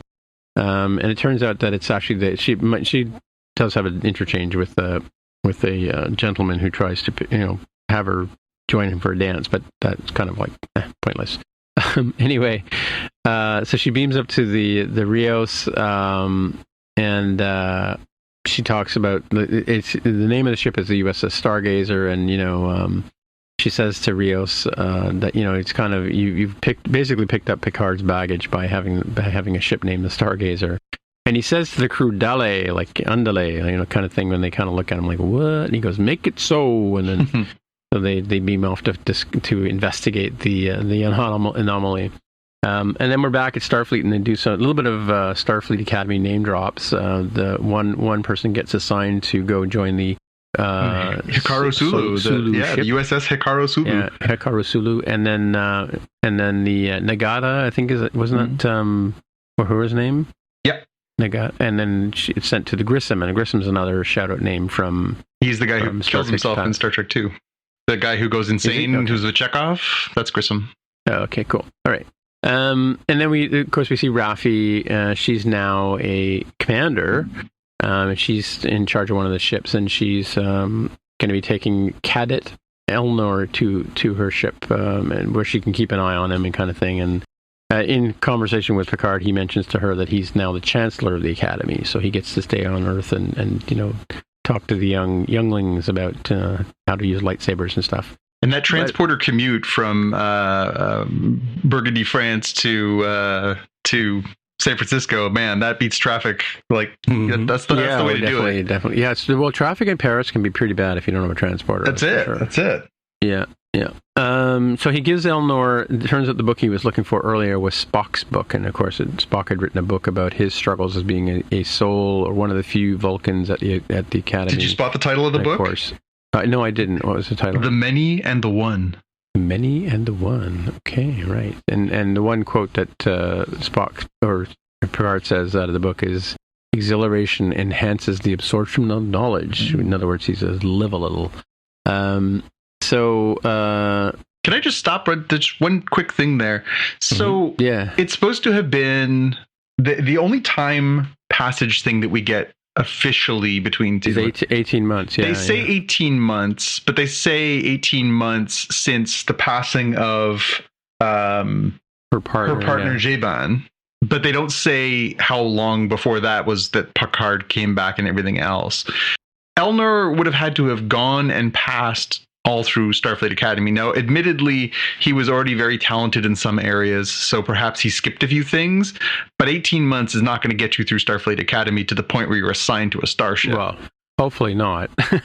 So to me, it feels like 18 months is not the accurate amount of time that we've had passed between season 1 and 2. Didn't the other guy get killed in the first season? No, we never saw him die. We never saw that fate. We don't know what happened. I suspect that perhaps that actor just couldn't come back, and so they just wrote him to death. Wrote him out? Okay. But no, I looked it up because I was like, I don't remember. I remember there being a conflict at one point, and I remember him getting into a fight, but I don't remember him dying at all. And I looked it up, and Memory Alpha says we have not seen Jeban's death. Okay. Cool. Yeah. Well, and also from a plot point of view, maybe this is just a convenience of the actor not being available, is that they could do this relationship sort of like tease with Picard and Laris, right? Yeah. Because she becomes important later. Can I just say that a Romulan with an Irish accent is extremely sexy? Oh, I know. Oh my God. I know. Sláinte. Yeah. Wow. Yeah. Cheers, buddy. Yeah. I'll drink to that. Yeah. Sorry, we both have Irish grandmothers, and we're susceptible to their charms. Yes, yeah. I mean, apparently Picard as well wasn't. Didn't work on him. Wasn't Beverly Crusher Irish as well? Scottish. She was Scottish. Dang it, I misremembered that. So they went to Scottish planet, not Irish planet. I couldn't remember. No, I think that was supposed to be the Highlands. Yeah. Yeah. Well, there's a whole Brigadoon sort of thingy, right? That she had going there with that ghost guy. Yep. All right. Was that supposed to be a Scottish planet? I guess it was, right? Yeah. So now we're back on the Stargazer with the crew, and they get a hail, and it turns out that 7 of 9 has hailed them, and she wants to come and join them in their sort of exploration of the anomaly, or at least they're in the same neighborhood. So let's get together and have some Starbucks or whatever. And while they're in communication with each other, they all of a sudden get some loud static coming through the anomaly, and there's messages upon like a whole stream of like information coming in, and so Dr. Girardi heads over to the comm to who's clearly still half in the bag, by the way. Oh, she's totally fried. Yeah, she crawls underneath the arm thingy that sort of separates the bridge from the rest of the place, but. And of course, the comms officer looks at her like, "What is going on here?" And because clearly, like you said, like not altogether, stable enough to be on the bridge. Never mind at the controls. And so he just sort of Rios just says to her, "It's better just let her do what she's got to do."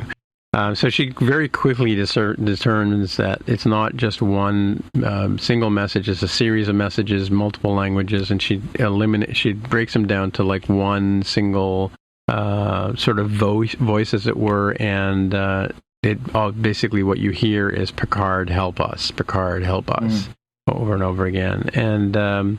So there we go. And then meanwhile, back on planet Earth, now that Picard has done his visit to the Academy, he decides to go and, get a quick one before he's going to head home. So he beams down to a bar called 10. And it turns out it's Guinan's bar. And then, of course, is there Whoopi Goldberg playing Guinan again.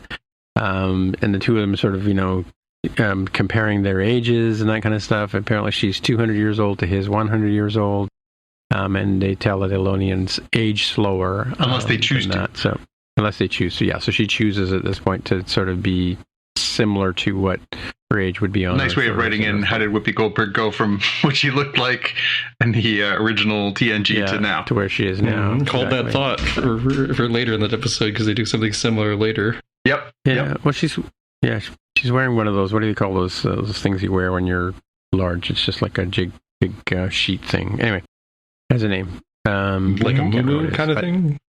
Yeah, just sort of an all-encompassing, doesn't really show much type outfit. And then of course she starts chastising, or I guess she's sort of like still sort of the ship's counselor in a sense, and in that, Troy was always off, doing other things, but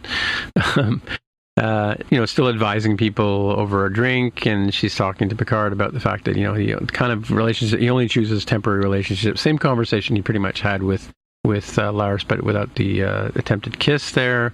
And he tells her that ship has sailed a long time ago, and she says, you've gone to all these fabulous worlds and you've explored all these places. The one place you haven't really explored is within yourself.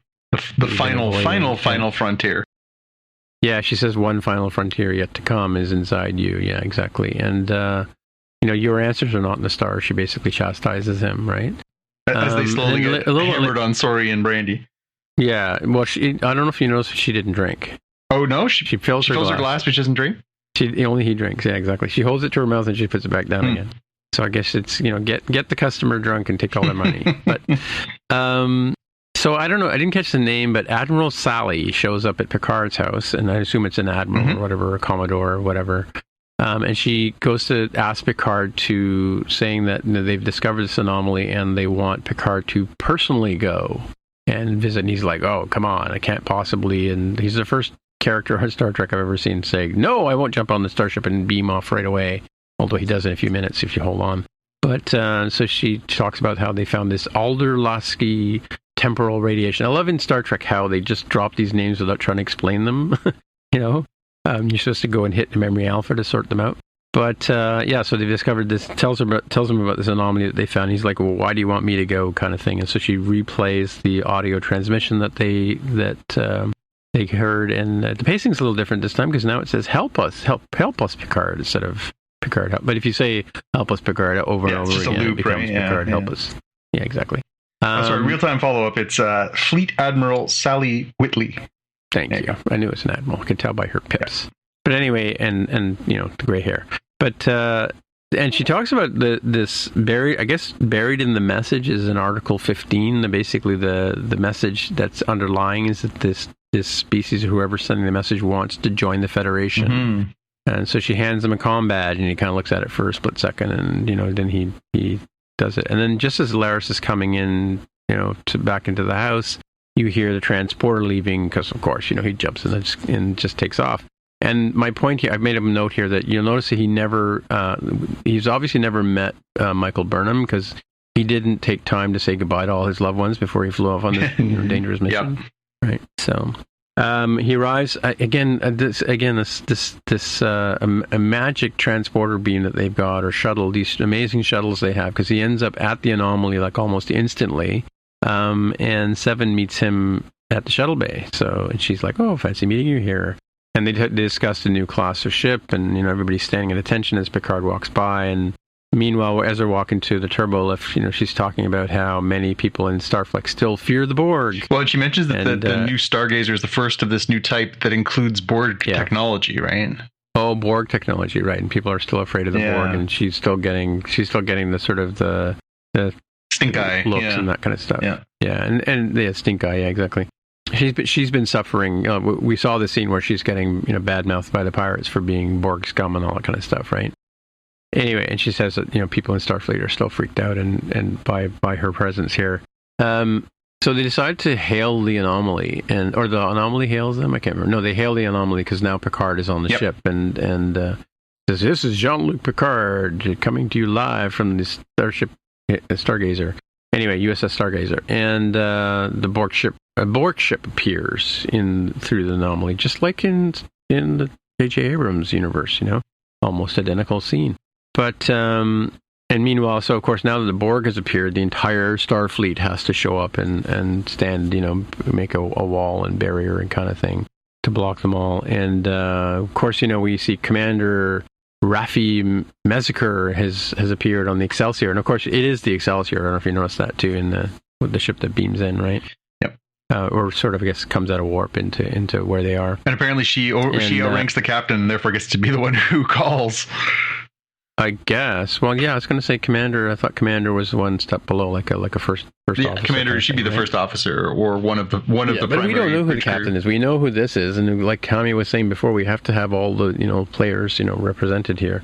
Minus one. We don't have many Rioses yet. We've only seen 2 Rioses so far. Well, they mention in the part where they're in the hold where Seven is fighting off the pirates, she mentions that she had all the holograms merge into one. That's why it's kind of got a bunch of the weird affectations that the different holograms had last season. So yeah, because it speaks Spanish. Yeah, right? so it's just also the Emmett one, which was the part. Yeah, so she basically amalgamated all of the personalities into Emmett. Right. But she sort of says, I wish I could undo some of these things. And he says, I'm not going to tell you how. Oh, I see. Okay, cool. Alrighty. So Picard is like, this could be a historical turning point. And Allison, not Allison, but Dr. Girardi saying, yeah, this could be an amazing thing. And Seven's going like, are you guys high? Yeah. These are the Borg, like fire now, ask questions later. And they're like, yeah, but this could be really good. She's like, are you guys high? Yeah. I'm thinking, are you guys high too? But so she just basically says the Borg consumes. That's what they do. They just, and she's like, victory through all possible means, including deception. Like, don't buy into this nonsense, right? And but this could be the beginning of the new Federation. Yeah, it could be the end of the Federation too, right? And then, of course, the Borg says in the transmission that we want to send over an emissary. We're going to send you our queen, even better, right? And she wants to transport over, and sort of course, everybody goes, shields up. And, of course, he broadcasts it across the fleet. So everybody turn your shields up. And they can't possibly beam over if we have our shields up. Or can they? So anyway, they can apparently beam through. Her transmission ends up going right through their shields with a nice little neat graphic. Green, everything's green with the Borg, by the way. I don't know if you noticed that. But she managed to build right through there, and so the Queen appears on the bridge because that's where she's coming, directly at the bridge. And she says, we wish for peace, but first we require power. And she throws a couple of her Borg thingies. I don't know what you call those things. Those like tentacles almost, yeah. Yeah, into there's a name for it. There's a name that snails have them, and they use them to impregnate each other, but never mind. Oh, proboscis? Yeah, something like tendril? that. I'm not sure. Yeah. Yeah, it's sort of a tendril. It's sort of like a Doc Octopus kind of appendage, right? And it smashes through the console and taps into the power. Again, I hate being an IT person because I can see why the flaw. Like, why would you attack the keyboard? I mean, it's all in one. CPUs it's like your iMac that has everything all attached to the monitor. Yeah, it's like your Commodore 64. You mean? Yeah, exactly. Yeah, exactly. Anyway, speaking of which, Apple's coming out with a computer that's going to be just a keyboard. But anyway, I digress. So you got to have for the people who don't understand IT, they have to have it go through the console because that's where they drive the ship from. Let's attack the steering wheel, not the engine or the computer board or whatever. And it starts to take over the ship, and the shields are starting going down, and they're losing control of the ship. And Dr. Girardi's at the keyboard trying to type faster than her because God forbid they should have a sentient being like Data to beat them. So Seven starts firing at the Queen, and then the crew starts firing at the Queen, and the Queen starts firing back, and apparently, but she's only stunning the crew; she's not killing them. And she's taking control over the entire fleet, not just the. Rio says to the whole fleet, start firing at the Borg ship, and she basically, you're out of time. She says, you can't handle the truth, and then. When they're at about 85% of taking over, Picard starts again. This is the scene we saw at the beginning of the show where starts the auto-destruct sequence. And at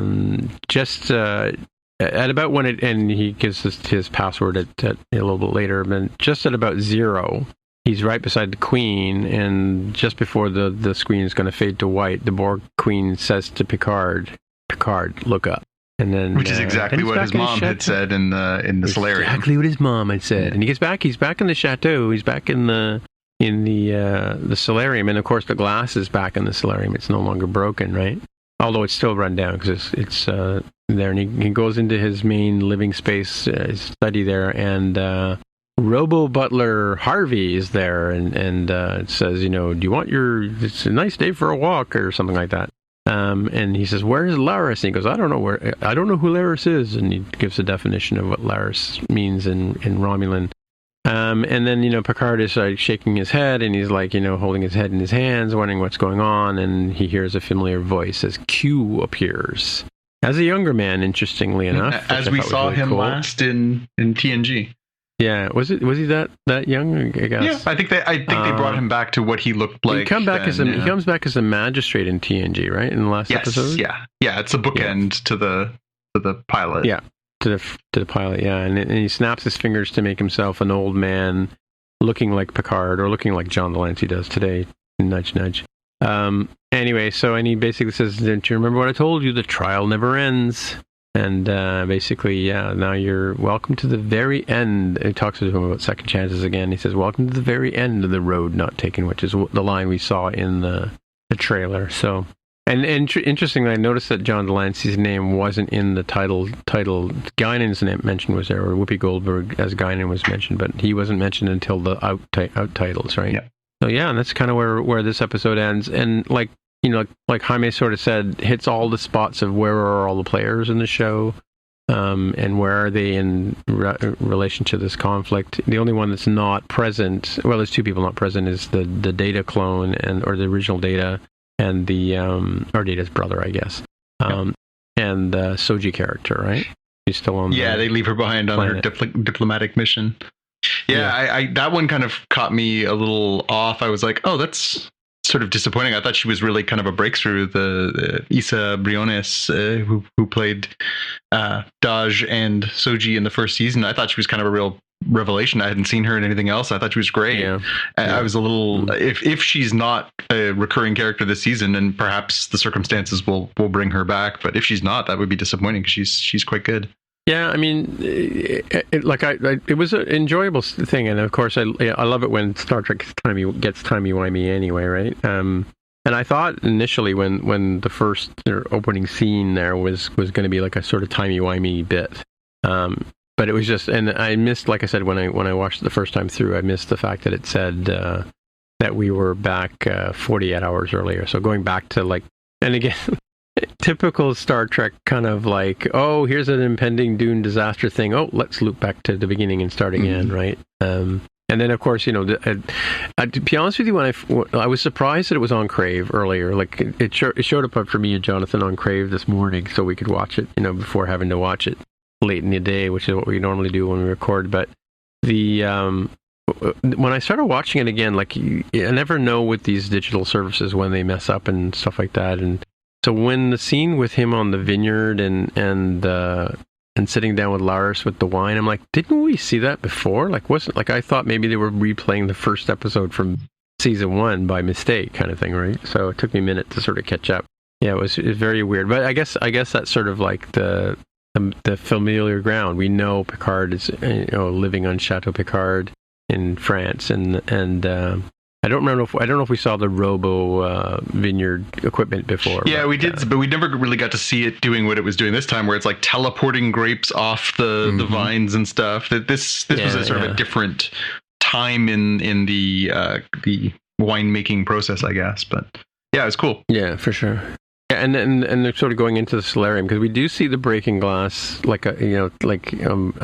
I'm tuned into when I see breaking glass and things for obvious reasons, but because that's the beginning of the title scene in this one is very similar to the title scene in season 1. There was a bit of the Borg anomaly thing in the titles, but the falling glass and the because at one point he picks up a piece of glass which has clearly got a rose painted on it, right? Yeah. So, and his mom later on says we can paint all these windows, right? When he flashes back to being brought to Chateau Picard for the first time.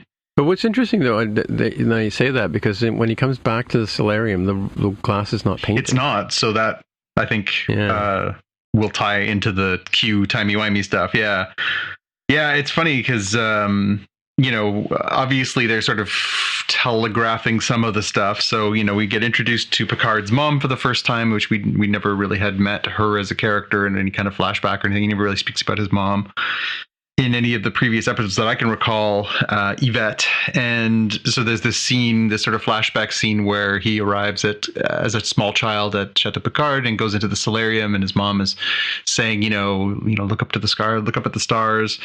And, he sort of says, if we move here, are you and Dad gonna scream at each other less? Are you gonna fight less? And she says, no, but when we do, you can always come out here and look at the stars. Which made me think, yes. So this led to him having like flowers. Well, it led me to thinking about like the whole concept of like, why did Picard go off into space? Why did he, and because he has the whole conversation with Guinan about this, like, and has the conversation with Laris about this. Why do you run away from relationships? Well, obviously his parents had a bad relationship, so they telegraphed that a little bit. And I was like, space where no one can hear your parents scream. Yeah, exactly. So there's sort of that as obviously the big sort of setup for, him and his relationship issues and everything. So obviously this is all sort of building somewhere. There was a couple of interesting little nuggets that sort of caught my ear. So at one point, when they're at Starfleet Academy and Raffi and Picard are talking, there's sort of an allusion to the fact that Raffi was interested in a relationship with Seven that never came to pass. Yeah. Yeah. And then earlier on, we get the line from Agnes, who says, I just got out of a relationship, and then we find out, obviously, that was with Rios. We saw them, obviously, they didn't really have a relationship so much as they had sex in the first season. But she also killed her previous, like she was accused of killing the doctor guy that she was studying. She said she was acquitted of that because she was under the influence of an alien, when it happened or whatever. So, I like the line about drunk hailing, where she has Soji keeping her from drunk hailing. I love that that's the next sort of iteration of drunk dialing. Drunk texting, drunk dialing is drunk hailing. That made me laugh. The other part that caught my ear was the... Well, just before you get there, like when the iPhone first came out, like, as an app developer, I'm sure Jaime gets this all the time, people come to you with great ideas, right? People have always been asking me, like, can you not make an app where it will prevent me from sending texts when I'm drunk? Yeah. I think, again, if there was a way to do it, there'd be a fortune to be made doing it. Yeah, well, only Apple can do that. Yeah. I thought there was a lot of little sort of carrots in here. I'm curious to see how they sort of, bring this back, because we're talking about Borg, which is a big Picard element, and Q, which is a big Picard element, and relationships, which is something that I think everybody sort of wondered about over the course of time. It's funny because at one point he says, I've loved very deeply, and I think we're supposed to infer that he's talking about Beverly. Yeah, no, true. Well, she talks about, Gates McFadden talked about that too, in I think part of the reason why as an actress, she was a bit upset because she also thought she was the love interest for the Jon Stewart character, or Patrick Stewart character, right? Yeah, and that didn't turn out in the first season or whatever. Well, and she was, both in the first season and going forward, she certainly was somebody that he was deeply in love with. But I think again that conflict of being the one who it's my best friend's girl and all that stuff, right? Yeah, so it was complicated, and they do address it at one point. They sort of it seems like it's going to finally happen towards the end of the show, and then it still doesn't. So yeah, that's the will they won't they that ended with a won't. Well, I mean, they think they learned from Sam and Diane. The show went downhill. But then we had that with Riker and Troy too. Like the Riker and Troy thing was like, well, they won't, they will, they won't, they, and then she. Well, she eventually ends up with Worf, right? And then Worf goes to DS9, and then they just like glued them back together again. Well, doesn't Worf and Jadzia end up together? Yeah, and then Jadzia dies. Right. But yeah, I mean, but then in the movies they put them back together as a couple, and then they eventually get married in the last one too. So, oh right, okay. Yeah. But this, I mean, as a continuation of the first series, and as a big heaping slice of fan service, this was certainly very satisfying. I am curious as to whether it can obviously build off of a very solid foundation. I mean, I thought this was a very entertaining episode. Catching up with the characters. Well, this is what I was saying too, is that I kind of wondered, obviously it's a different showrunner team, a different writer group. They have the same chess pieces to play with, but I think I found this was written way better than a Discovery episode. I think it's a tough thing to, they really are at a tough place.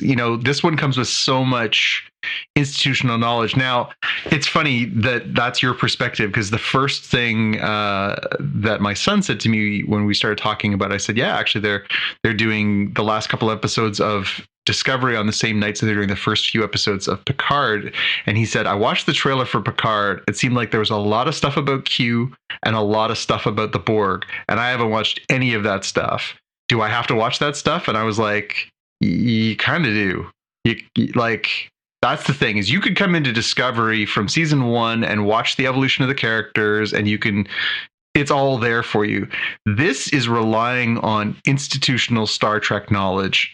Yeah, you could come into this cold, or you could come into this just having watched the first season, but there's a lot of stuff in this that you're going to have seen, not just a few episodes, but a good 10. Yeah, there's probably about five Q episodes you got to watch. Well, at the very least, you need to watch the pilot and the finale. Would say be the very minimum. But the other, there's a couple of Q episodes, and one where Q loses his power. The one where Q gives his power to Riker. Yeah, just so you get a sense of who Q is. But and the Borg ones, I can say this from the Borg point of view. The Borg is kind of interesting as you go through this thing. But I think the two series you got to watch are the Lacuna's of Borg parts, and then I would say First Contact. Yeah, those two are again the absolute minimum that you could watch. But again, that's not nothing. We're talking about, at minimum 6-8 hours of Star Trek that you need to soak in to really understand what's going on here. So this is really for Star Trek fans. It's not something you could come in as cold to, as Discovery really started with new characters, new concepts. Let's go. And it's not for everybody. I have friends who are vehemently not interested in Discovery. They think it's too dark. They think it's not true Trek. They think it's very, very different, and they don't like it. I like that it has taken elements of what we consider to be traditional Trek and has added onto it. I actually quite enjoy Discovery. I think it does a better job of character development. We've talked about that. I think it does a better job in a lot of different areas. But I could see why people have, concerns. And, this is the whole Orville versus Discovery conversation, which we've had before. Some people like Orville because it's much more like traditional Trek. It's a little brighter. It's a little less violent. It's a little less emotional. It's a little lighter. I get it. And if that's your thing, cool. But that's not what they're doing right now. Picard, again, I thought it for the first season very much, but it's even more so as we come to this one. If you don't have the foundation in Trek knowledge, you're going to need a lot of exposition that I don't think you're going to get, or you're going to miss a lot of nuance. Yeah, I think we need to hear what Jaime has to say. For sure. I enjoyed this episode. I thought it was interesting that it felt like they were trying to address... yes, we talked about the where is everybody sort of thing. So they set all the chess pieces up, right? But I thought it was, in my mind, the meta thing that was happening was addressing a lot of the issues that people had with the first season, right? So let's start with, they had a problem last season where people are like, bro, they're 2.5 episodes in, they haven't even left his living room, when's stuff gonna happen? So in this case, they said, all right, he's still going to be in his living room, but we're going to start in media res, right? Which, you didn't need that, right? That is an actual choice, I believe. They could have started it, he's on his wine vineyard and he's just doing stuff, and then lead into the 48 hours instead of going into the pew pew pew to begin with, and then to tease you, and then coming back, right? There wasn't a time loop there. So I feel like that was a distinct choice at let's start it off with some action and get people sort of going. I also think something that was pretty noticeable to me was when they had the fleet show up, they said, okay, people hated the copy and paste Inquiry class fleet. So let's just show a whole bunch of very obviously different ships. Mm-hmm. when the fleet shows up with the Stargazer. So I thought that was again an intentional thing, like addressing some of the pains that they had before. And then they all went boom. Yeah, it's kind of curious to see where they end up going with some of this stuff. I think they're going to have to try to balance what I think is happening, which is you got to spend a whole bunch of money on the pew pew pews, but you also said, all right, here's a story reason why this takes place in LA. So we don't have to go anywhere except just like, right out our door, have it be filmed right outside. Or maybe it's actually, like somewhere in Canada for all I know. But I think they at least wanted a lot of establishing shots that they could keep relatively. No, they had already said that Picard was the one thing that they're not filming up here because one, it requires less studio stuff or outside stuff, but it's also Patrick Stewart wants to be in LA, so that was the end of that. He's like, I will do your show for 3 years, but I'm not living in Toronto. Yeah. It's interesting, like this, but so was it the first Star Wars J.J. Abrams movie where they sent the entire fleet and they all got wiped out except for the Enterprise? Is that the one I'm thinking of? Because they've done that before where they all show up to have the big battle and everybody gets hammered, right? Because I know there was a big Borg war at one point in one of the series, right? Where a whole bunch of ships attack a Borg cube.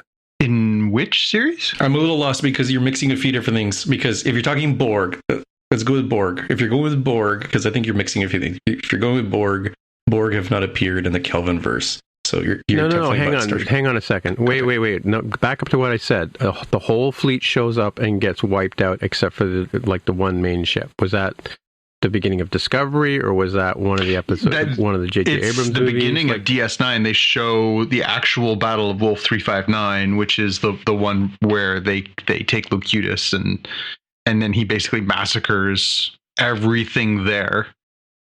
They show that in the first episode of DS9.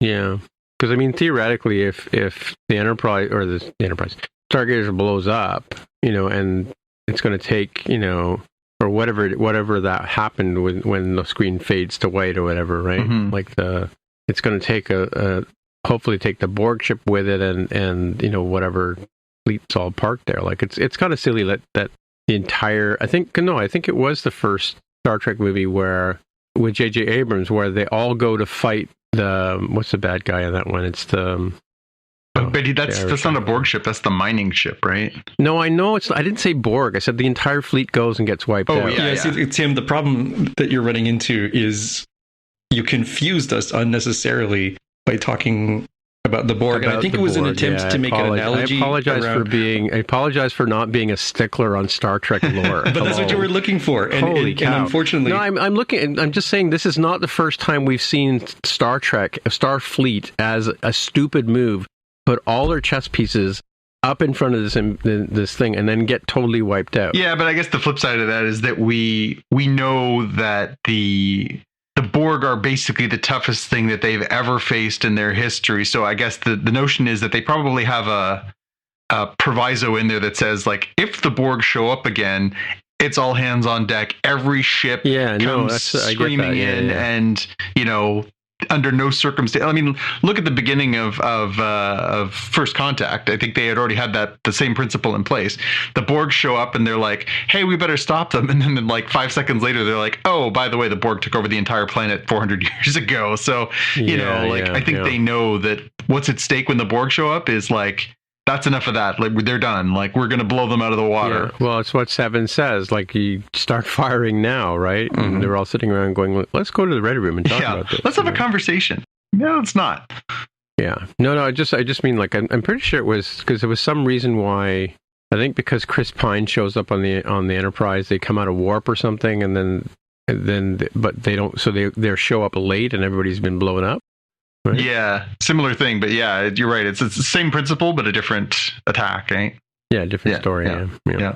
But I mean, but in Star Trek, like dumb moves that you could make with a bunch of Starfleet ships. Yeah. Well, I mean, again, I guess what's the alternative if you have like the ultimate enemy that they've already established they can basically figure out your shields in a few seconds. They can hop aboard your ship, transform your entire crew into their entire crew, and then just turn around and keep going. What do you have besides send everything you've got at them and say a prayer? True. then also the other sort of thing, the other convention that we know from dealing with the Borg is that the Borg knows how to travel through time, right? Because they did that in First Contact and a few other things, right? So we know this is, again, like, I don't know, was it in the trailer or was it just in the leaks or whatever, that they're going to go, they filmed most of it in LA in 2000. I think they fast forward a couple of years. I think it's 24 or 25, yeah. Yeah. Again, like, then they can still have iPhones and, not have to worry about changing street signs and stuff like that, right? Yeah. Yeah, interesting episode. We'll see where it goes. Like, I don't know. I just found, maybe you're right. Maybe it is the connection to, because Picard is closer to conventional track. I do find Patrick Stewart is really looking old. I don't know if that's intentional or... Yeah, and it occurred to me too. Sounding old. But I think it fits in a way, like, although I gotta admit, if I'm him and I come out the other side and they're like, listen, dude, you died. We put your consciousness into this artificial being that you can now live in. We've put a timer on it, so it's going to die the same age that you probably would have naturally died. And also, you're still like a 95-year-old man. I'd be like, hey, maybe you could have. Why can't I go back to 35? Yeah, like, how about you don't again? do that, and I get to be like 35, and you can get Tom Hardy to play me from now on, Yeah. No, definitely that would have been a better angle. Not great for Patrick Stewart, but still it would have been better for Picard as a person. Well, right? I mean, honestly, like, I'm surprised they haven't used that yet as a way of like rebooting a character or saying like, oh, well, that's this character, but in a new body. Now you just have to. Well, they did that they did that with Professor X, right? Because the younger. Yeah, that's fair. That's true. Yeah, they basically started telling prequel stories, so they were like, yeah, sure. Yeah, let's go find a Scottish actor that can play the part. And kind of sort of looks like Kinda. I gotta say, I like Fassbinder as Magneto. I like them both. I think McAvoy is. I think he's a good. I like the younger generation. How they don't have him as the next generation of Picard all lined up. I don't know what they're doing there. I feel like that's a missed opportunity. I know. But yeah, I mean, I think this is a really solid start. I think they're on a really good path with this. I do think this one hits you more in the nostalgia feels, just because, again, to see the familiar faces, and really when you look at it, there's only one familiar face. Like, the only face that's just a TNG, I guess John Delancey when he shows up as Q. But yeah, it's 7 of 9. I guess that's true. No, you're right. It's Jerry as well. But yeah, I think I think they had good chemistry. I think there was a good sort of good first season to build off of.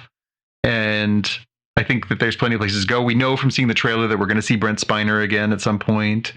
I must admit, I might go back and watch that trailer again just to see if we see Isa Briones show up again, because I really did like her. But well, she's in the titles, so she's got to be a main character at some point. It's possible, although, again, maybe she was there because that was what her contract called for when she was in the episodes. I don't know. You never know.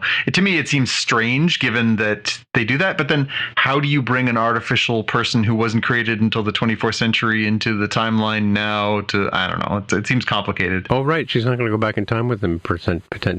Well, and again, it depends what Q has done. Is this simply time travel? Is this time travel, different universe? Like, did he just change one thing and it was the cascade?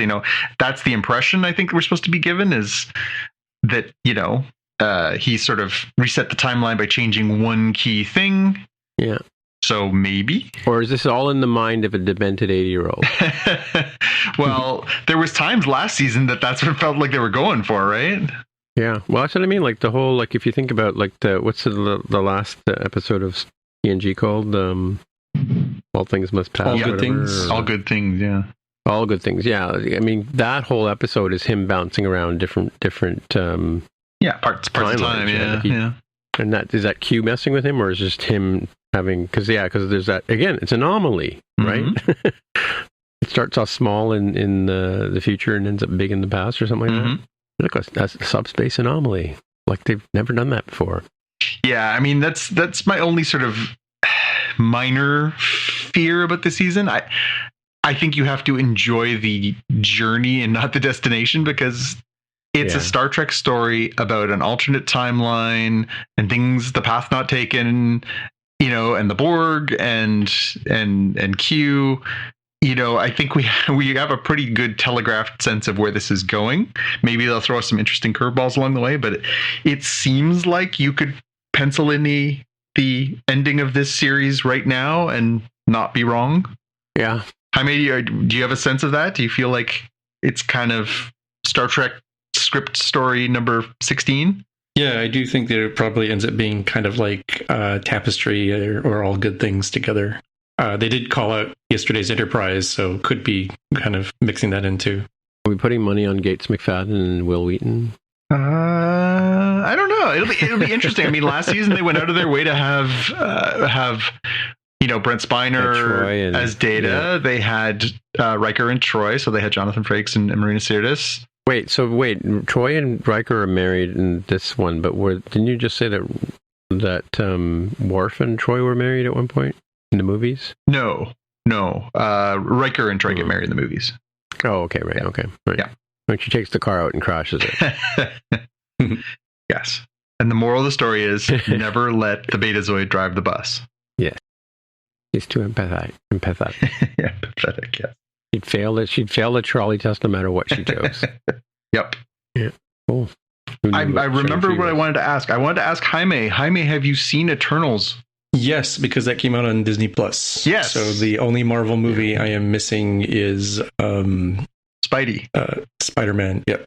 Which comes out a week or two, I think. Yeah. Are you gonna get the digital version, or are you waiting for it to come to a free streaming service, or are you gonna splurge on the rental or the purchase of the digital copy? I think I'm gonna have to splurge because I don't think it's coming to any free streaming service anytime soon, since it's that weird Sony-owned property of an MCU. It'll turn up on Netflix eventually, but they have made no clue as to when that's happening. Yeah, so depending on how they end up doing the rental, it probably ends up being like purchase it sort of thing. It'll probably be like $20. Yep. So what was now that it's a little after the fact, but what did you think of Eternals? It's so weird because the entire movie is strangely connective tissue. Well, didn't it feel like Avengers 2? Didn't it feel like Age of Ultron, where that, like, yeah, there's a plot, but really it's just a lot of like setup? Yeah, but kind of to a worse degree, because you've got characters that have to be introduced in the same movie. And then I'm like, well, some of them die, so I guess it's to raise stakes, but you could just write them out and say, yeah, there's like 4 Eternals, yeah. Right? And not have to deal with all of these other ones.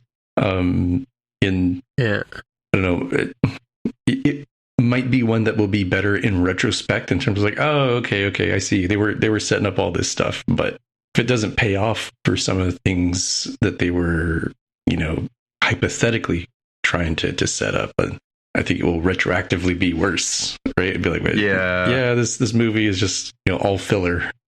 Well, and they started with, so they introduced you to the Black Knight. He's clearly going to be a player. You get introduced to all of the Eternals, and then there's sort of a teaser at the end there for like, oh, what's this supposed to be? And then if you put 2 and 2 together on what they've already announced as far as movies coming, you're like, oh, okay, I know what that is. And so yeah, you end up with this sort of like mishmash of like a lot of new characters, a lot of new ideas all sort of coming together. It's like, oh, this is a lot. And yeah, you're right, they like start killing off characters and you're like, oh, I guess it's supposed to raise the stakes, but you're also kind of like, I don't know who that is and I don't care. Yeah, I don't know if they needed to get to a particular point immediately in this movie to set up the next ones, but alternatively, it seems like if you were going to have that full cast of Eternals overall, I would probably split them up, because they kind of do that already. It's like, hey, where's so-and-so? I don't know, let's go find them. Oh, cool. It sounds like you could have like 3 Eternals, try to go find, 1 or 2 more. And then in another movie, not necessarily theirs, but like they show up as a key part of some, Captain America movie or something. Like, oh, okay, these Eternals are here. Hey, we're looking for so-and-so. Okay, cool. Let's see. And they help out. Yeah. And you could sort of peanut butter across several. Like, it just felt like they want to get to a particular point really fast, so they just shove that all together into one movie. Yeah, it still feels like I didn't come away from that movie being like, oh, I can't wait to learn more. I can't wait to know, what happened to this. Like in a lot of circumstances, I was just like, yeah. Like it was fine and it was fun, but I never found myself deeply invested. There was no moment where I was like, oh, I can't wait to find out more adventures from insert character here. It was more just sort of like, yeah, it was a movie. I also think it suffers from, and granted, I'm not as familiar with the comic material, but they've changed. No one is. That's the problem. No one's familiar with the comic properties. Yeah, and I know they've changed stuff, pretty dramatically in other areas, but I think in this case, it was really hard for me to understand. So when you got Superman, right, a whole bunch of these other ones don't seem that useful. Like guy with Iron Fist punches. Yep. Okay, that dude is off the list. He's cut. Kumail Nanjiani, as great as he is, I'm like, literal pew pew pew from his fingertips is not as good as I shoot the same stuff from my eyes. Yeah, right. I'm like, yeah, he gets cut too. So when you start removing those characters, I'm like, yeah, you probably could have limited them, right? You have characters who make no sense in terms of like what value do they add. Yeah, like you can do some odd ones, like okay, the illusionist. Okay, that one you make the cut, right? Like clearly Superman can't do that. Yeah. The mind control guy, I'm like, yeah, he probably makes the list too, right? So that's where I struggled a bit with just how many characters they had, given that they didn't all make it through. Well, and all their dynamics, and obviously they're a little derivative of other characters that exist already. This one runs fast. Like, don't we have one of those? Like, yeah, it just feels like, a whole lot of was it full of sound and fury, expressing nothing. Like, it just felt like there was a lot of noise and not a lot of there. But yeah, I mean, again, I think it'll be interesting to see how this one is sort of seen over the course of time. Again, I think a lot of people, when they saw the second Avengers movie, were like, really? And then as it became a more coherent part of a larger narrative, I think it was redeemed a little bit, especially as they start tying it into, the WandaVision, and it has a little bit more legs. But yeah, it's interesting to see as a standalone movie and try and reconcile, like, what am I looking at here? Yeah. I guess something they could also do going forward is make Eternals from other, planet groups. Yeah. Part of a bigger thing too, as they sort of make their way out of the multiverse storyline. Well, and it expands the space stuff in a way too, so they can do the, the Guardians of the Galaxy, meet the Eternals kind of, vibe. And there is, obviously the stinger in there where they introduce Star Fox too. Star Fox is an Avenger in the comic books from a long ways back, and making that coincidentally casting that as one of the most famous musicians in the world definitely adds some impact to that one, right? That was the one where we were talking about spoilers and how bad spoilers can be. So when you went on to Google and you did a search for Eternals, his face was the first one that pops up and lists his character for like the day after it was published, or the day after that it appeared in the theaters. That's if you went and like looked up Marvel's Eternals, his picture came up as like the first thing, and I'm like, that's a pretty bad spoiler. Who's that? You're talking about Harry Styles. Oh, Harry Styles. Because Harry Styles is of course playing Star Fox, and so like I was like, oh my god, how do you not get spoiled by this? Like, that is terrible. That it's just so right there on Front Street, right? I do think that for these kinds of spoilerific sort of searches, the folks at Google should find the no man, woman, or child can spoil me because I care not about spoilers person to go in, see the info, and tweak the algorithm. Like, suppress this, even though it sort of makes sense as people are like rapidly looking up who was that dude. Yeah, and the algorithm naturally bubbles it up. It's like, just go in and put your finger on the scale and say not today, or do something fancier of like black out this part and have a little hover thing that says click to see spoiler. Yeah. No, that would have been a better way to go. It is interesting though. I found, especially, the fact that they went from Shang-Chi to Eternals to Spider-Man, and now the next one up is Doctor Strange. You know, I get that they need to introduce new characters, and obviously Moon Knight's going to be the next Marvel Disney Plus series. And that one I think will be a really interesting one, because that's the first character that Disney Plus is going to do where we come in cold. Like, we don't know anything about Moon Knight theoretically other than comic fans. Like, for a larger MCU enjoying audience, it's something brand new. We got WandaVision's based on the movie's characters we've already met. Same with the Falcon and the Winter Soldier. Same with, even What If is really kind of dependent on your knowledge of the MCU. And Moon Knight is a new thing. Eternals is a new thing. Shang-Chi's a new thing. I get that they need to add some new players on the table, particularly as, some of the previous actors don't want to be there anymore, don't want to do other things or whatever. But I wonder if they're now starting in, and I'm sure they're going to hire good actors, and I'm sure they're going to write them well and everything else, but I wonder if they're now scraping too far down on the barrel of second tier Marvel characters that people are like, really? Like, I'm supposed to now care about the Eternals and Shang-Chi? Like, I have been reading comics since I was 4 years old. I own more comics than I assure you than anyone else you know, and I have read, without exaggeration, tens of thousands of them over the years, and done so professionally. So I got a little bit of bona fides here. I have read, I think in my entire life, I've read 8 Eternals comics. They were all the series written by Neil Gaiman. It was fine. It wasn't anything that I would, go back and read 1,000 times. It was fine. I have never in my life, not once, read a Shang-Chi comic. I've read some Moon Knight, and I've enjoyed some Moon Knight, but I would put him in the bottom 50 of my Marvel characters that I like the most.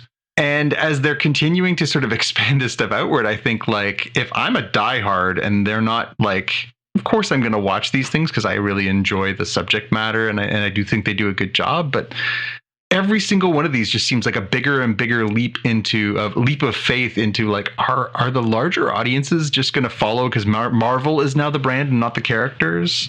Like, is everybody on board? Like, how do you guys feel about some of this stuff? I mean, I know you're a bit more of a comic reader than Tim, but do you feel like when they introduced Star Fox, more people were like, oh my God, that's Harry Styles, than were like, oh my God, that's Star Fox? I think I was probably one of the handful of people who was like, oh my God, it's Star Fox. And how the hell did we get to Star Fox? Yeah, I guess I was a tweener because I was like, not Star Fox. I'm like, isn't that Eros? Like, isn't that from Infinity Gauntlet? Yeah. So I didn't know the Star Fox thing, but I do think that we're seeing DC and Marvel kind of go slightly different directions while also doing kind of some of the similar things, right? They can't be complete polar opposites. I think Marvel is able to flex on the larger universe. You don't know who this character is? That's cool. We'll explain these characters, right? Because they were kind of already starting with kind of the B tier to begin with, in terms of, like, do random people on the street recognize this character sort of thing. Whereas DC has started from the, like, everybody knows Wonder Woman, Batman, and Superman. Like, there's no challenge there. And they've sort of gone down the route of the sort of key pantheon of heroes that are well known, and then sort of dabbling into, okay, well, what about something weird like the Suicide Squad? Okay, what if we can branch off of that to Peacemaker and stuff? So it's kind of the movie and TV equivalent of, like, Starbucks and McDonald's starting on polar opposites of coffee, and then slowly it's like, oh, Starbucks has the cheap coffee now too as an option, and oh, they've got the premium coffees at McDonald's now too. And I think we'll see the same thing with the DC cinematic universe and the Marvel cinematic universe. Yeah, it's a good analogy. I mean, it's tricky, although again, I think that the thing that's kind of impairing the DC stuff for me is there's too much of the same thing. Like, how many times are you going to tell me a Batman story? How many times are you going to tell me a Superman story? Like, they just keep going back to the same well over and over and over again, because they know that they're playing the hits. That's what they do. They're playing the hits. Whereas, Marvel is like, oh, we're going to take you someplace you didn't know you wanted to go, but you're going to love it.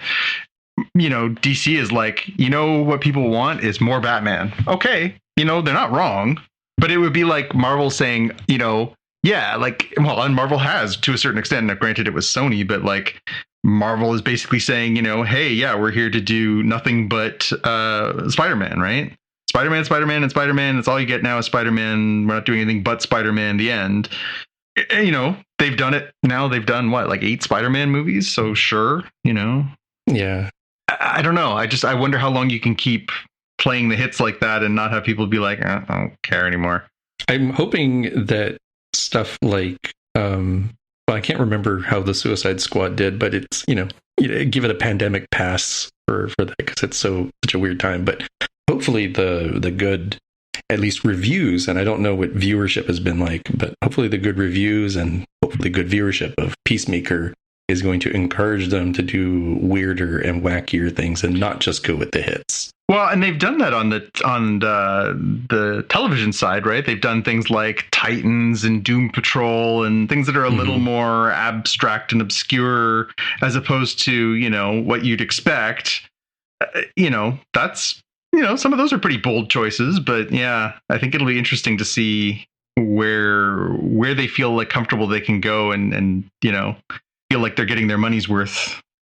But again, if I was making, $100 million movies and somebody said to me, well, we have 2 choices. We can do, insert obscure, let's do a Green Arrow movie or let's do a Batman movie.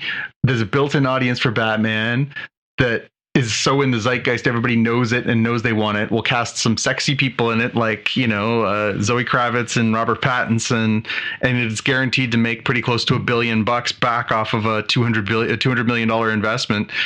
That's what I do. Like, I get it, but it just feels like at the same time, I know as I'm looking at this thinking, so this is now like yet another iteration after this is now the 8th standalone Batman movie of the last 30 years. I'm having a tough time getting motivated for it, and I'm sure it's going to be great, but it's hard to be like, oh, cool, more Batman. Yeah, this is why you need to go on the internets and scream with them. It's like, do another Green Lantern Cowards, do Hawk Girl Cowards, Yeah. I still think Green Lantern absolutely could work. What they need to do, what they should have done in the first place, and what they need to do is the Jon Stewart. I think that's a no-brainer. Like, hey, you know what we need? More black superheroes. You know what's a no-brainer? Jon Stewart. Yeah. Jon Stewart, the comedian? No, Jon Stewart is the first black person to be Green Lantern in the comic books. Well-established character, has been around for 40 years, and was for a lot of people is Green Lantern because he was the character in the Justice League cartoon that was immensely popular for a number of years. So for a lot of people, he is Green Lantern, but apparently they had to do the Ryan Reynolds, Hal Jordan version. Yeah. Well, he came out okay on that. Well, they paved the way through that. It's like somebody said, all right, this is the wrong movie to do it, but what if he did Deadpool, right? And it's like, oh, okay, yeah, you could do that. And it worked out brilliantly there, right? It's very similar and even just amped up to the 10th degree. Yeah, Ryan Reynolds in Deadpool, and it worked out. I think my favorite thing I saw last week was they were talking about how right now Tobey Maguire has the record for the longest career in the Marvel Universe, because if you retroactively include all of his Spider-Man movies, now that they've been canonized, he has been playing that character for 21 years. Okay, that's pretty cool. 21 years. If you go back and look at the fact that they're now teasing Patrick Stewart showing up in Doctor Strange, that would give him the record because he would have been playing Professor Charles Xavier since 2000 when X-Men came out. And so, you get that much further. So I'm putting double money down now on Wesley Snipes showing up as Blade at some point. Really, that's where it starts, right? That was the first one where they were like, that was the first really, truly modern Marvel movie. That was a Marvel one. It's not set in the MCU as we know it, but I would love if they would find a way to include that. Now, they've already recast Blade for the iteration that they're planning on doing, and they did pretty well by that because they got what's his name, the guy from Luke Cage. Oh, he's so good, Mahershala Ali. is going to be Blade. And spoilers, but that's who is talking to the Black Knight at the end of Eternals, is Mahershala Ali as Blade. So I think it'll be really cool if they could find a way to sort of sneak him in there. I'm told, I haven't watched it yet, but I'm told that Wesley Snipes as Blade showed up in the most recent season of What We Do in the Shadows as part of like the Council of Vampire Leaders. That's genius. I think that's eminently doable with the Multiverse of Madness sort of thing. So that gets you a little further back. This is where we start screaming, "Do it, cowards!" and see if they can find the actors from those old awful VHS cash grabs of like Fantastic Four or Captain America. And that would be the deepest of deep cuts of. Well, we know they could do the multiple Fantastic Fours because, those are all people that are gettable. One of them is Anson Mount, right? Anson Mount was Reed Richards back in the day, wasn't he? Mm. Oh, I'm talking like... you mean the really old ones? The one that came out like on VHS and they were only done on the cheap so that they could retain the rights. Those are fantastic. The Captain America with the motorcycle helmet. Oh, I love it. I love it. Yep. Get those. What do those people love to? Just put them in the background. That'd be the pub trivia question of like who's had the longest span, and watch everybody fall on Tobey Maguire, on Patrick Stewart, somebody fall on on Wesley Snipes, and then somebody find. And I don't even know who these people are. That person who played Sue Storm, or that person who played Captain America. Oh, I'm wrong, by the way. It wasn't Anson Mount. It was Ian Groford that played Reed Richards, and those they look very alike. They're very handsome, square-jawed men. But it'd be interesting. I mean, Chris Evans is gettable. He was Human Torch, right? Jessica Alba, Michael Chiklis played Ben Grimm. I mean, these are all people who are still out there. We could get these people in these movies. Yeah. I am really curious about that. Could you get Affleck back to be Daredevil? Could you get Jennifer Garner to be Elektra again? Yeah. Like how deep in the well can you get? How much money of a Brinks truck do you have to back up to get all these people back in to be the parts they were before? Yep. Could be fun. Should we move on to our watch list? Let's get to the watch list, shall we? Watch list. Okay, so Jaime, I think you probably already watched this, right? You watched the Suicide Squad movie that had come out last year? Yes, I did. I saw that on HBO Max. Wait, there's a new Suicide Squad? There's a new Suicide Squad movie that came out last year. It's directed by James Gunn, famously of the Guardians of the Galaxy franchise. After he got fired by Marvel, he signed on to do Suicide Squad, and then he apologized profusely, and Marvel has hired him back to do Guardians of the Galaxy Volume 3, which he's currently working on. I had wanted to see this, but it did come out during a pretty bad COVID stretch here, so didn't make it to the theater to see this one. I like James Gunn. I think he's a fun filmmaker. I think he's got a real sense of how to make movies interesting, and so I was sort of in on it. It had come here much later on, sort of in a socialized sci-fi kind of way. It had come here onto Crave in Canada a while back, and I had sort of held off watching it thinking, I'll get to that. And finally this week I had an evening to myself, so I sat down and I watched the whole thing and quite thoroughly enjoyed it. I actually, it's not Pacific Rim bag of popcorn, but it's pretty bag of popcorny. It's it's fun, it's funny, it's got some. You're gonna watch Birds of Prey now? I watched Birds of Prey. It's okay. This is way better than Birds of Prey. But I thought I thought that one came after this one. No, this is the most recent DCEU movie. They're I'm talking about the Harley. What's her name? Harley Quinn and the Birds of Prey. Yeah. No, this came after that.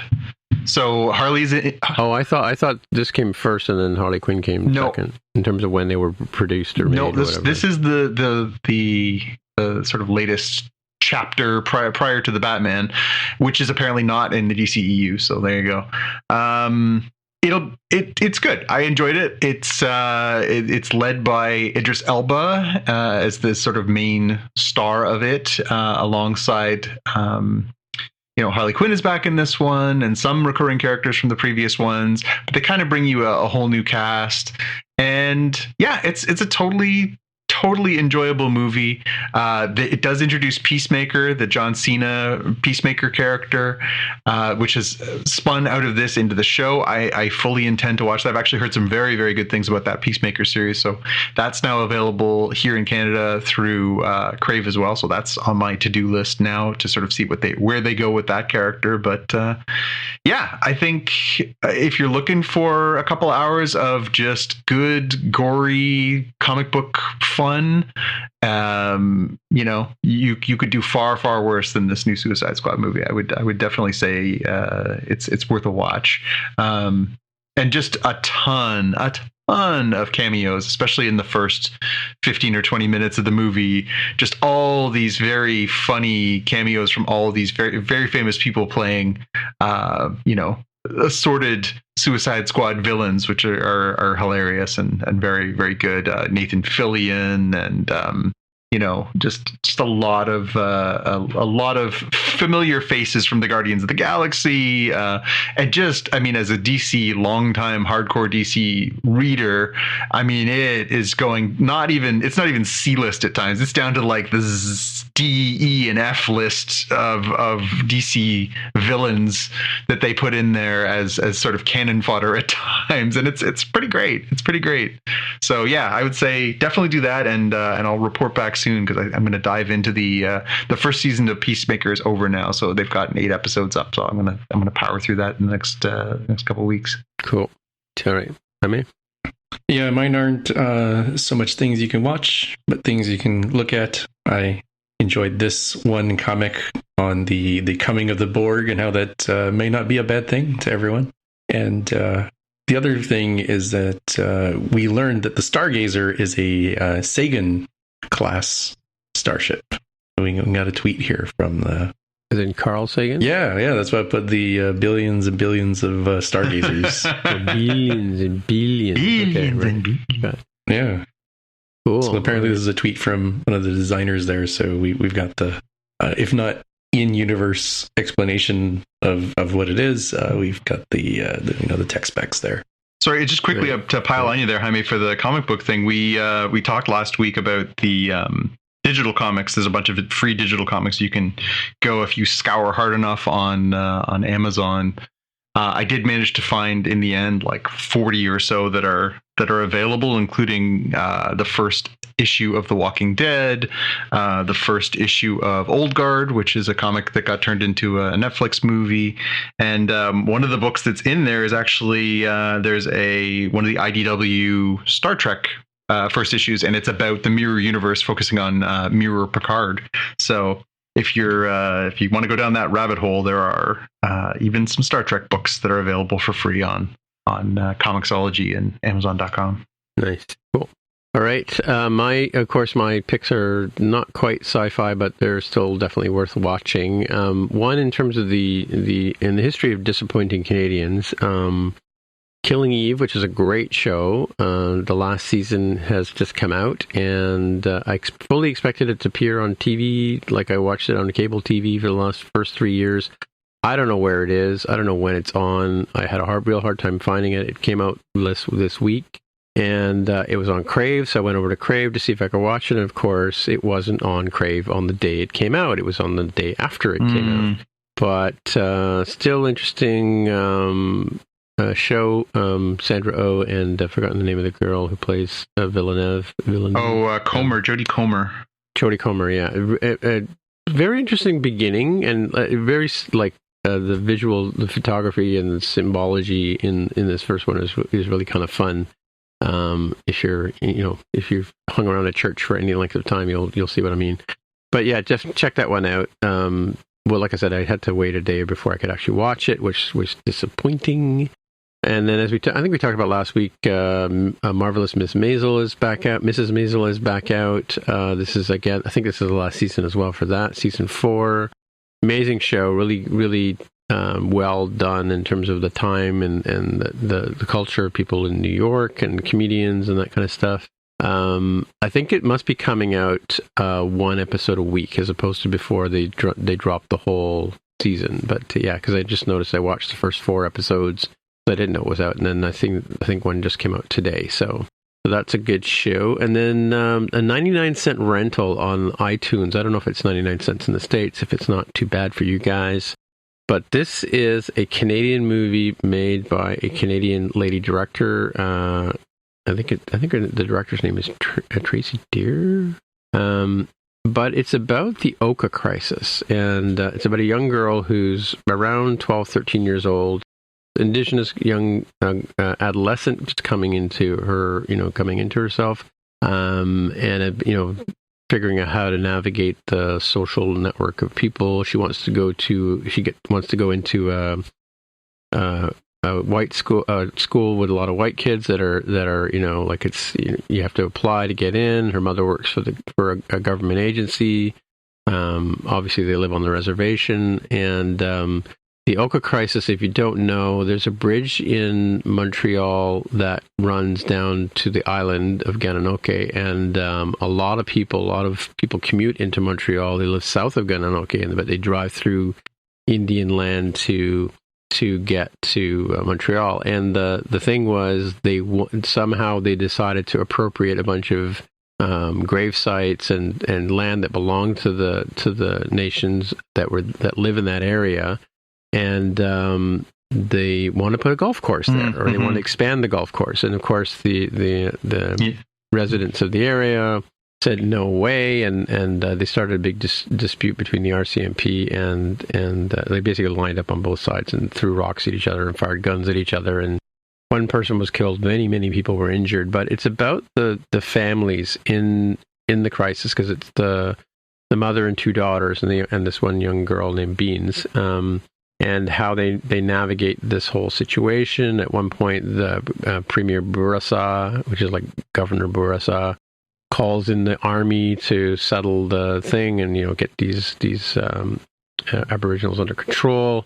And so the mothers and the ladies and the mothers and children are allowed to leave. And so as they're driving out of the area, the Quebecois are throwing rocks at their cars and yelling at them and refusing to let them check out at grocery stores.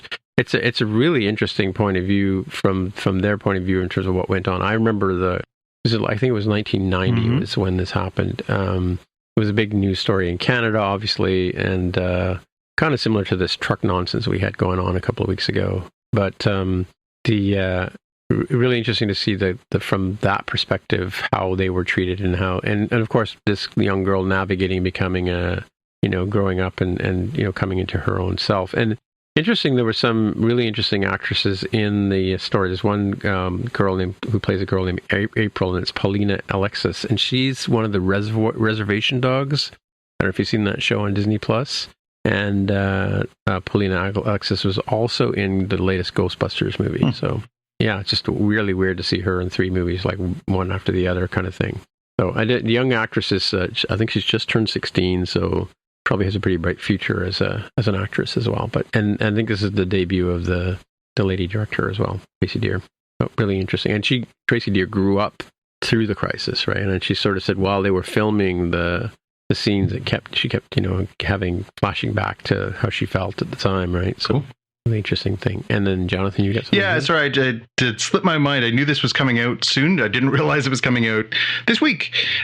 So The Boys season 3 is coming at the beginning of June, but to whet your appetite for that, there is an animated spin-off series of The Boys called Diabolical that is coming to Amazon Prime, and it's coming on March 4th. So for us, that's tomorrow. For the listeners, that would be a few days back. But I posted the trailer in here. It's a cartoon set in the same universe. It touches on a lot of the similar themes. It is, again, pretty over the top. So not for the kiddies. This is not a kid's cartoon. But if you are a Boys fan, I don't think this is an absolute must if you're a fan of this series, but if you're dying to sort of get a taste back into that world and maybe and dive in a little deeper, I think there's this looks pretty good. I know I was listening to one of Kevin Smith's podcasts last week. He said he is one of the voices on the season. So yeah, I think there's going to be a lot of stuff in there if you're a fan of the Boys verse that you can dig into. So yeah, check out The Boys Diabolical, Amazon Prime, March 4th. Cool. All right. And then you can give me money too, Amazon. I'm pimping your stuff, not just all about HBO Max. Cool. All right. Well, I guess that's it for another week. So, hey, Jonathan, if people want to get in touch with you, where would they find you? You can always find me on Twitter and Instagram as @JPK News. And Jaime, if people want to get in touch with you? I'm on Twitter as @DevOfTheHair.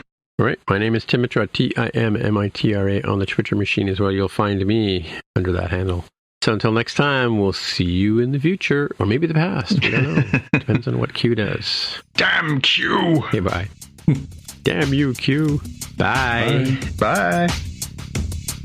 You've been listening to the Spockcast podcast. If you want to find out more about the podcast or see the episode show notes, visit the Spockcast website at spockcast.com.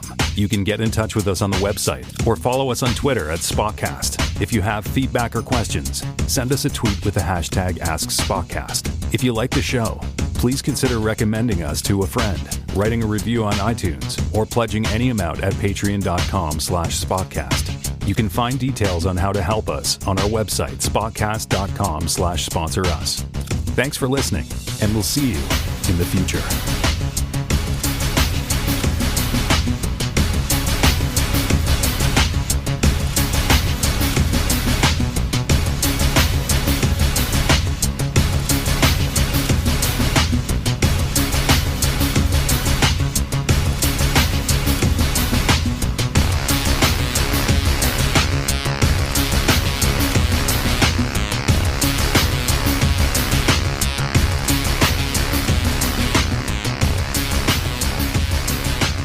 That's it. It's over. That's it. There shall be no more. So are we going to look for an opportunity to try and find an empty theater to watch Batman in sometime next few weeks? Are we going to go to Batman at the theater? Yeah, that's the question. That's an interesting question. Yeah, I suppose we could if we have to, I guess. I'm kind of conflicted. I can't say that I've seen him in a lot of things, so I can't say I'm a fan of Robert Pattinson. I am a Batman fan. Batman movies tend to be sort of, frankly, the best of what happens with the DCEU, and the fact that it's sort of meant to be a self-contained thing. It's not meant to be tied into the whole Batverse. I think it kind of has the potential. And the one thing I think we talked about on this show before, but I felt like the thing that they've completely underutilized in all the Batman movies is the fact that he's supposed to be the greatest detective in the world. This one seems like it's a good detective movie. The whole point is there's a crazy person out there doing stuff, and he has to figure out the clues to solve the crime, not just go and punch him in the face repeatedly. Somebody said this is like Batman meets Seven, which I'm 100% in on. Oh, really? You know, the idea is there is a criminal who is doing very, very bad things, and he has to solve the crime, not just find the guy and punch him until he's unconscious and yelling Martha. He has to actually, piece together how this comes together. And it seems like a potboiler. To me, that sounds like a recipe for a very enjoyable movie. I've seen a few just glimpses of reviews that have started trickling out the last few days. Some people say it's a little too long, but who knows? Rotten Tomatoes says 85% for the critics and 93% for the audience. Yeah. That is 270 and 1,000 plus, respectively. Nice. So, yeah, I mean, it sounds like it's worth a watch. Obviously, like anything, it could be watched at home, but those movies tend to be pretty impressive on a big screen. So I would say as long as we feel comfortable, that's something to consider. Personally, I'm craving popcorn. I don't know about you. Popcorn? Yeah, well, you may not get, or are we going to get popcorn when we go to theaters? I think so. Yeah? I don't know. Last time I went to the theater, they weren't serving anything. Well, yeah, but then horrible. Now it seems like they're sort of back to where they were, right? Yeah, are they going to have like VIP service and everything? I don't know. I still have never made it to one of those VIP things.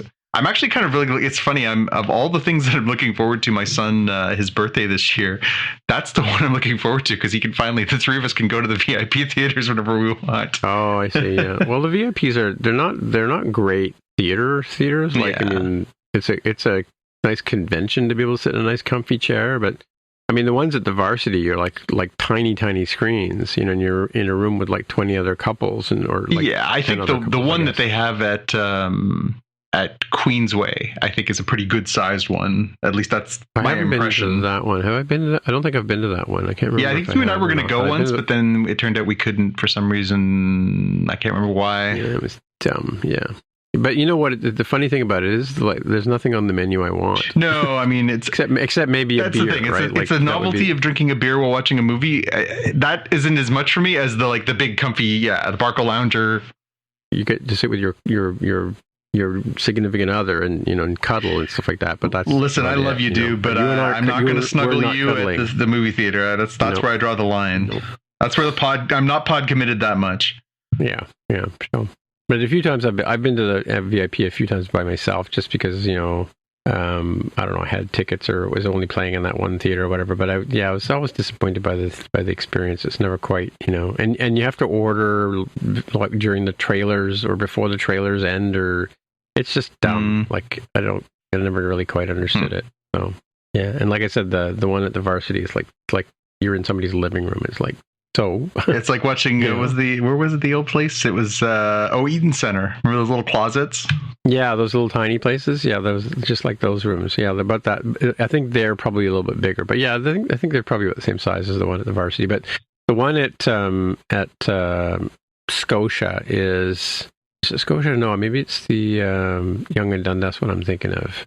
They have it there. I'm trying to remember. Yeah, I think they have.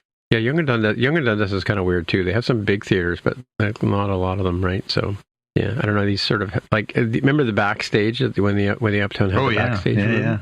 Yeah. Some they're about that big, but with the Barker loungers or whatever. Yeah, they don't recline or anything like that. They're just comfy seats with like trays in them and stuff. Yeah. I think to Jaime's point earlier, I don't think we're ever going to top the experience we had of having the entire IMAX theater to ourselves. That was probably a once in a lifetime dealie, but it was a lot of fun. Yeah. What movie is that? That was Shang-Chi, I think. That you and Xavier and I. Well, probably because people didn't know who he was or what it was. I mean, it wasn't and again, to be fair, we were seeing like the Late Show on a weeknight in winter. Yeah, we saw the Ghostbusters in the same time frame, and it had more people in it, right? Yeah, no, it's true. It's true. Yeah. All right, listen, it's like almost 1:30 in the morning. I have to go to bed. Oh, okay. You. Half an hour ago. So, call it a night. Talk to you later. All right. See you next week, guys. Yeah. Bye. Yeah. Where's the off button?